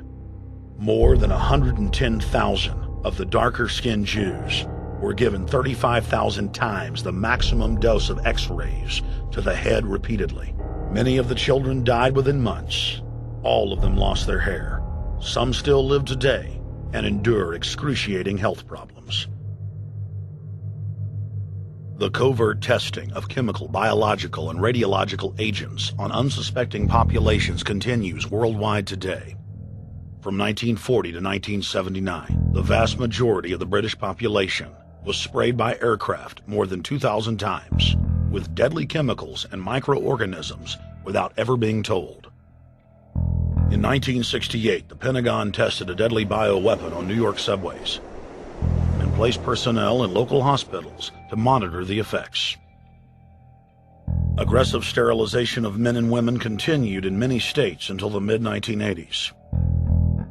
The United States and England are currently testing pesticides and highly toxic experimental drugs on tens of thousands of healthy foster children, many of which die as a result of the experiments. Prisons across the nation have forced inmates to participate in grisly experiments, ranging from pesticide studies to having tablets of dioxin sewn into their backs. Gradually, by selective breeding, the congenital differences between rulers and ruled will increase until they become almost different species. a revolt of the plebs would become as unthinkable as an organized insurrection of sheep against the practice of eating mutton. Bertrand Russell. H.G. Wells, Aldous Huxley, Bertrand Russell, and hundreds of other eugenicists constantly bragged about how the establishment believed themselves to be a separate, more advanced species than the common man. Top eugenicists were bold enough to admit that their real goal was not improving the heredity of the commoner, but to further dumb them down so that they could be more manageable. Nobel Prize winner Russell wrote at length about how vaccinations filled with mercury and other brain-damaging compounds would induce partial chemical lobotomies and develop a servile zombie population. Diet, injections, and injunctions will combine from a very early age to produce the sort of character and the sort of beliefs that the authorities consider desirable, and any serious criticism of the powers that be will become psychologically impossible. Bertrand Russell. Over 100 years ago, eugenicist social planners said that they'd use mind-altering drugs to control the population. By 2007, more than 20% of the U.S. population were on some type of prescription antidepressant. But in the case of foster children, a sector where the state has total control, at least 2/3 are forced to take a cocktail made up of, on average, 7 psychotropic drugs. Chairman of the Texas Society of Psychiatric Physicians, Joe Burkett, testified before the State House Select Committee hearing on psychotropic drugs in foster care and shocked the public when he said that 2/3 of foster children in Texas had been placed on psychiatric drugs because they were very, very sick from a bad gene pool. A lot of these kids come from bad gene pools. They don't have stable parents making good decisions. Besides the gene pools, they've then been traumatized by abuse, neglect, and problems, and then they've been traumatized by separation, and all those things predispose to mental illness. The Western world is now implementing eugenics pre-crime policies. Fetuses are now being pre-screened according to family histories of crime. From Portland, Oregon to London, England, Child Protective Services are enrolling newborn children into criminal databases at birth and forcing them to attend probation hearings at age 2. The overlords of scientific dictatorship are ruthlessly prosecuting a war on our most defenseless. In December of 1974, the U.S. government made third world population reduction a central national security issue. The operation plan, titled National Security Study Memorandum 200, was simply a regurgitation of the British Commission on Population created by King George VI of England in 1944, which openly stated that populous third world nations posed a threat to the international elite's monopoly of global power. The Kissinger-authored U.S. plan targeted 13 key countries where massive population reduction was called for. Kissinger recommended that IMF and World Bank loans be given on condition that nations initiate aggressive population control programs, such as sterilization. Kissinger also recommended that food be used as a weapon, and that instigating wars was also a helpful tool in reducing population. In 1972, the Nixon White House also implemented a eugenics policy which was directed by George Herbert Walker Bush, then United States Ambassador to the United Nations. Bush advised China on the formulation of their one-child policy and directed the federal government to forcibly sterilize more than 40% of Native American women on reservations. The Bilderberg-dominated Club of Rome advocated environmentalism as the best front to implement population reduction. Western populations would accept serfdom if it was packaged as saving the earth.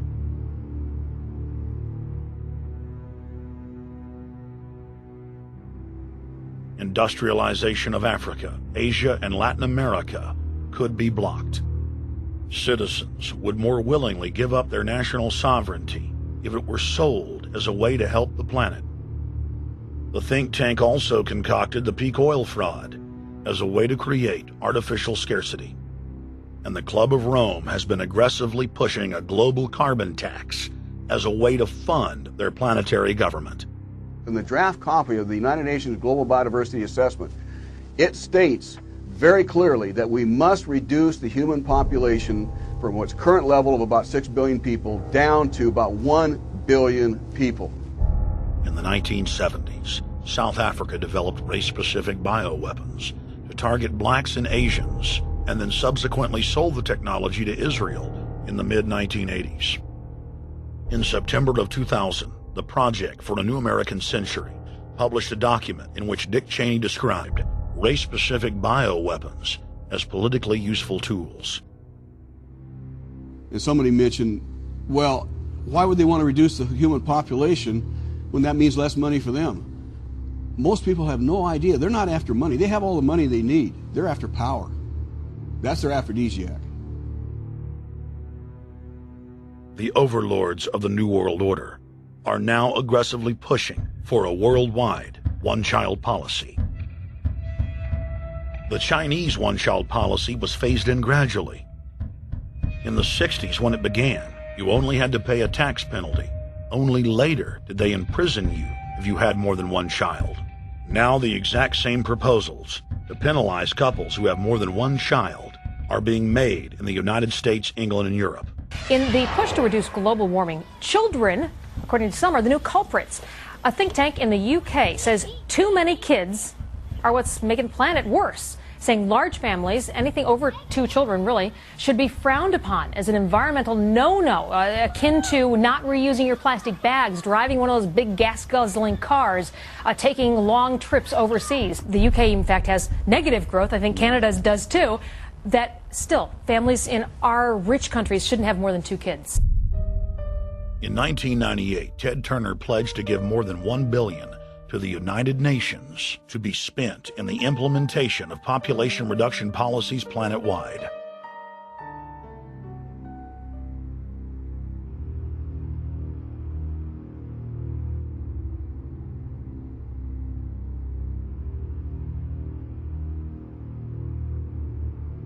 In 1999, the Bill and Melinda Gates Foundation gave $2.2 billion to Planned Parenthood, the United Nations Population Fund, and other population reduction groups.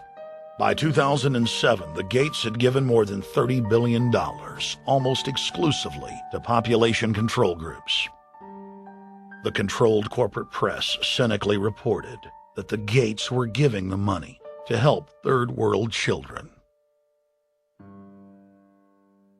Bill and Melinda Gates were dethroned as the world's most generous philanthropists when their friend and fellow population reduction enthusiast, Warren Buffett, gave $37 billion to fund an army of population control groups.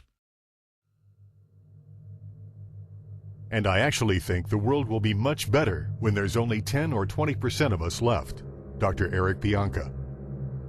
Prominent University of Texas biologist Dr. Eric Pianka, while receiving an award from the Texas Academy of Science, said that the worldwide AIDS pandemic was, quote, no good, it's too slow, and went on to laud the virtues of Ebola because it would kill 90% of the world population quickly.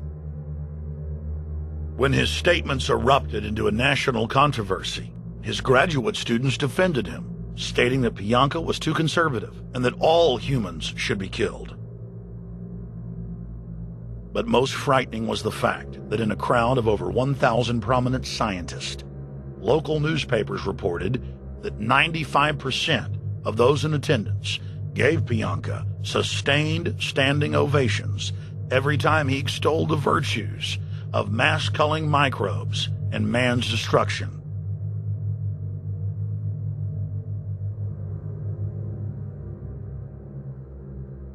China was able to turn the corner and become the leading world superpower because they have a police state and they are able to force people to stop reproducing. Dr. Eric R. Pianka. The eugenics movement has now shaken off much of its Nazi baggage and is using people's legitimate concern about the environment as a cloak to conceal their real agenda. Everyone wants to breathe clean air and have good water. But the controllers of the environmental movement have done nothing but co-opt people's concerns and parlay it into support for global policies that further destabilize the third world and create untold misery. Phony environmental and conservation groups are now the biggest private landowners in the world. They lobby government to take property away from local populations, only to develop it themselves later. When the U.S. military dumps millions of gallons of nerve gas on the east coast of the U.S., they don't say a word.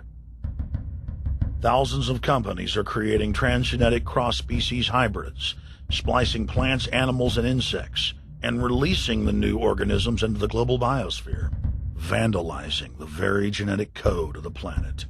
And large environmental organizations do nothing. The corporate elite of the planet intensified their push for a global taxation system with a year-long build-up to the Live Earth hysteria held on July 7th, 2007 on 7 continents. World leaders announced that saving the Earth was the new organizing principle for humanity and hailed it as the planet's new religion. They claimed that CO2, which plants breathe, was killing the Earth, and that we must reduce the number of children we have to curtail our carbon footprint. Countries across the world marked the day by passing new carbon tax schemes and raising taxes on gasoline, natural gas, and electricity.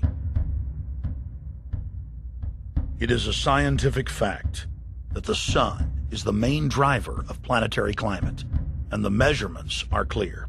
The sun is becoming hotter, brighter. It has been slowly increasing thermal output in the last 100 years, causing warming not just on Earth, but throughout the solar system. But the scientific facts and even the order of the planets didn't matter to one of the chief organizers of Live Earth, David Mayer de Rothschild, heir to the British arm of the Rothschild fortune, when we spoke to him. When I called Rothschild on the order of the planets, he just laughed, thinking the audience wouldn't get it. He continued to count on the population's ignorance and claimed that the global warming lobby has nothing to do with carbon taxes. I guess he hadn't spoken with his good personal friend, Al Gore. Global warming, the time for debate is over. I think what you have to realize is that being environmentally sensitive and making money aren't mutually exclusive. There's a lot of money to be made in addressing this issue. But you guys are gobbling up all the world's concern to just simply line your pockets and make kids read your book in schools and do all this. It's a business, just like you said, Rothschild. And it's not. Do you think I make any money out of this?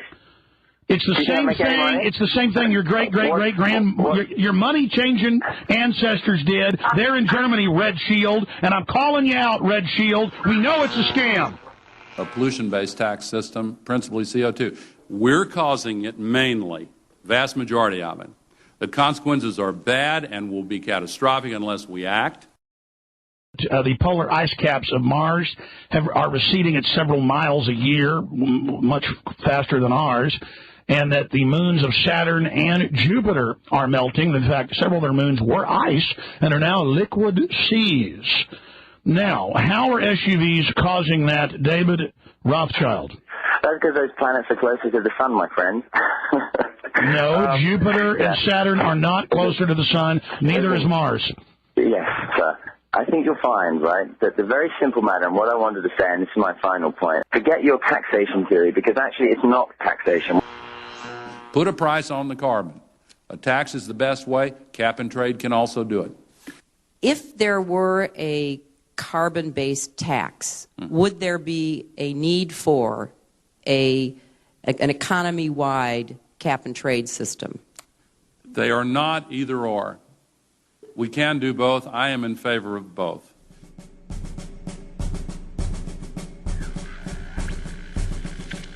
The architects of the New World Order are in a race to complete the structure of world government so they can suppress the independent development of technologies that threaten their monopoly of power, while at the same time steering new developments in the direction the architects chart for humanity. The technocrats call their governing system the final revolution because in the past, empires were enforced militarily. Now enforcement is primarily psychological and economic, and society itself is a construct of the elite who operate outside the controlled paradigm and control the civilization within, just as a child maintains the environment of a fish tank. We are like lab rats, living out our entire existence, never questioning the confines of the cage or the scientists who experiment on us. New World Order engineers have hijacked human destiny. Its controllers have closely studied human behavior for more than 100 years and are now steering us with expert control, using our primitive drives and desires as levers. They have developed their mind control systems to the point of being able to control the average unconscious person like a car.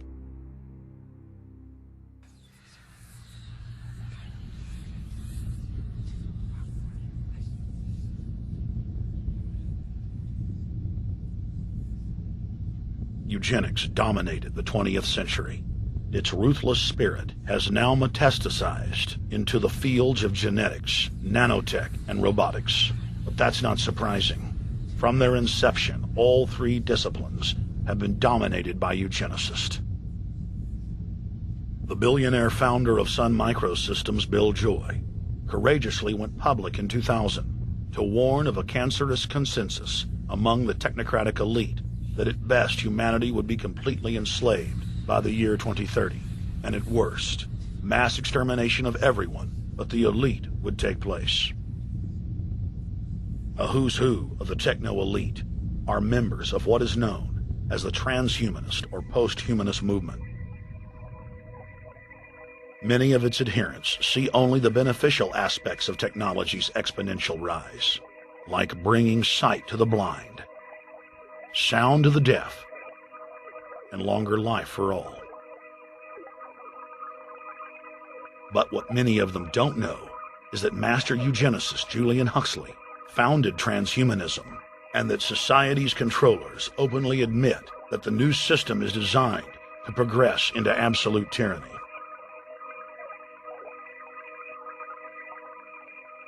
Leading transhumanist Ray Kurzweil boasts that technological advancements will allow those that can afford it to live forever, but admits that most won't be able to keep up with the new master race. The drive for world government is now all about who will control and have access to radical life extension systems. Biological evolution is too slow for the human species. Over the next few decades, it's going to be left in the dust. Transhumanists believe that they will attain the fountain of youth by merging with technology. Now, it may be within their reach. Decades ago, transhumanists said that if you did not accept augmentation or enhancements, you would no longer be able to get jobs. And now it's happening today. The elite who occupy the commanding heights of digital reality are suicidal nihilists. Suicidal nihilists know that there is no longer any substantive purpose to their willing, but they would always prefer to go on willing than not to act at all. They can very happily ally themselves with the notion of nuclear holocaust or perfect exterminism. Technology has become so powerful in its capacity for destruction that free humanity cannot afford to let psychopathic technocrats with delusions of grandeur repeat the mistakes of their forebears, because it is highly probable that this time they may destroy everything, including themselves in their mad rush for godhood.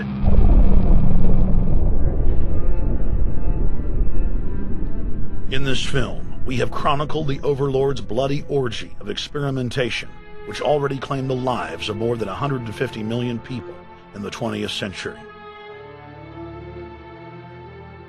And now, they are promising to deliver an invincible tyranny that will dwarf their past exploits. In the days of World War II, there were sovereign nations and armies to stand against Hitler's final solution. Once world government is in place, no one will be able to stop the New World Order's plans for global population reduction. For those immune to psychological programming, hundreds of FEMA camps have already been built throughout the United States. In their quest for population reduction, no method is off the table. These dark builders intend to release a string of man-made bioweapons plagues, each one worse than the last, while at the same time expanding the police state to enforce an orderly extermination of the population, all in the name of fighting invisible terrorists. And the Georgia Guidestones stand today as a cold testament to the elite's sacred mission. To have a two-class system where the underclass are forced to live as slaves in tiny enclosed cities, while the elite enjoy the land of the earth, evolve into superhumans with the aid of advanced implantable technologies, live eternal lives, and travel throughout the cosmos. This is the promise given to the inner members of the New World Order and the agenda of the Bilderberg Group.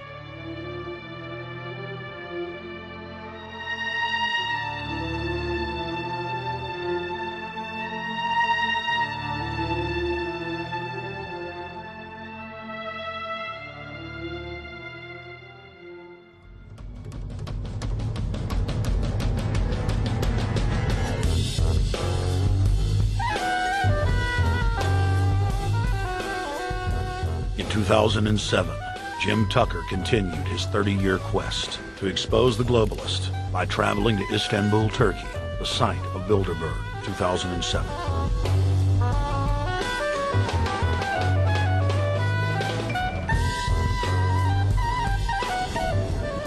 Jim Tucker, thank you for coming on, my friend. It's always fun. Jim, tell us what you saw today when you were out at the Ritz Hotel. We were at the Ritz-Carlton. It looked like a typical Bilderberg scenario. They had the armed guards all around the place. They had platoons of cops in formation waiting for the disbursement. They also had cops all the way around the building, and they had all those high-tech things where every member can hear whatever's spoken in any language, instantly translate into his own language so they can keep up with it.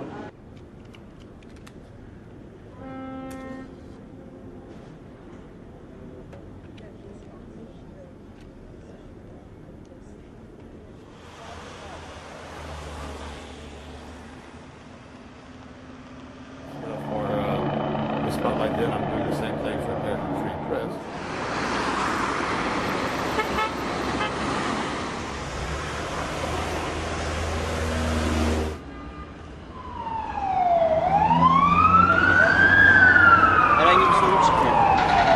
Hey, is the hotel open? Çünkü İngilizce bilen var mı? Ben bilmediğim için. Let's just ask him directly.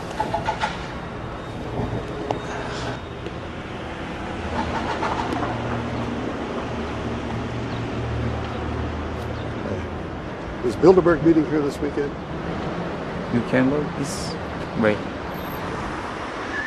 We had my two personal cops following me today. I was not aware of it because my nose is always sticking to the camera and my jaws are always flapping. But the TV crew said those guys are going to follow you. And their car followed us out to the hotel. Then they identified the two cops in plain clothes, not business suits, but sport shirts and so forth. Yeah. That's the car that's been on our ass? Yeah. I want to photograph him? Yeah. You are, aren't you? Well, they're very likely Bilderberg boys.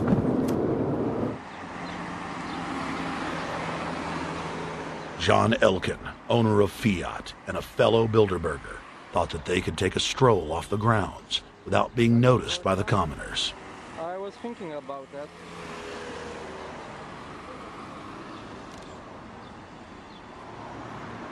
This Bilderberg attendee sneered at our camera.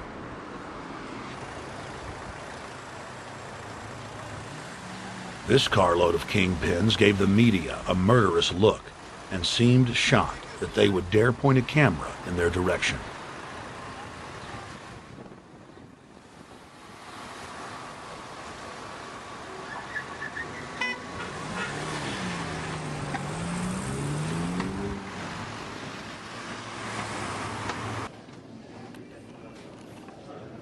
In 2007, the Bilderberg Group received the heaviest global coverage in its history. Jim Tucker witnessed press conferences attended by hundreds of members of the media and a new generation of info warriors, like reporter Paul Dornanu of Romania, are tracking the elite no matter where they hide. Expunem acest grup Bilderberg. Now, Jim, my governor, Rick Perry, it's in the front of the Dallas Morning News. The headline reads, Texas Governor Rick Perry to attend Bilderberg. What does it mean to have the governor of Texas in the Dallas Morning News just admitting he's going to Bilderberg Group? It means he's a potential president, even as the obscure governor of Arkansas, Bill Clinton, lost his virginity at the Bilderberg meeting in Baden-Baden, Germany in 1991, and he's elected president the following year. Now, if he goes nowhere in a run for the White House in the years ahead, they'll drop him like an old shoe. They do that often, but officially, Bilderberg considers Governor Rick Perry a potential president of the United States. Yes, it's a violation of the Logan Act, for which Bill Clinton's White House was fined $300,000, which means the taxpayers paid it. When Perry returned to Texas from Istanbul, we were determined to hold him accountable for his treasonous actions.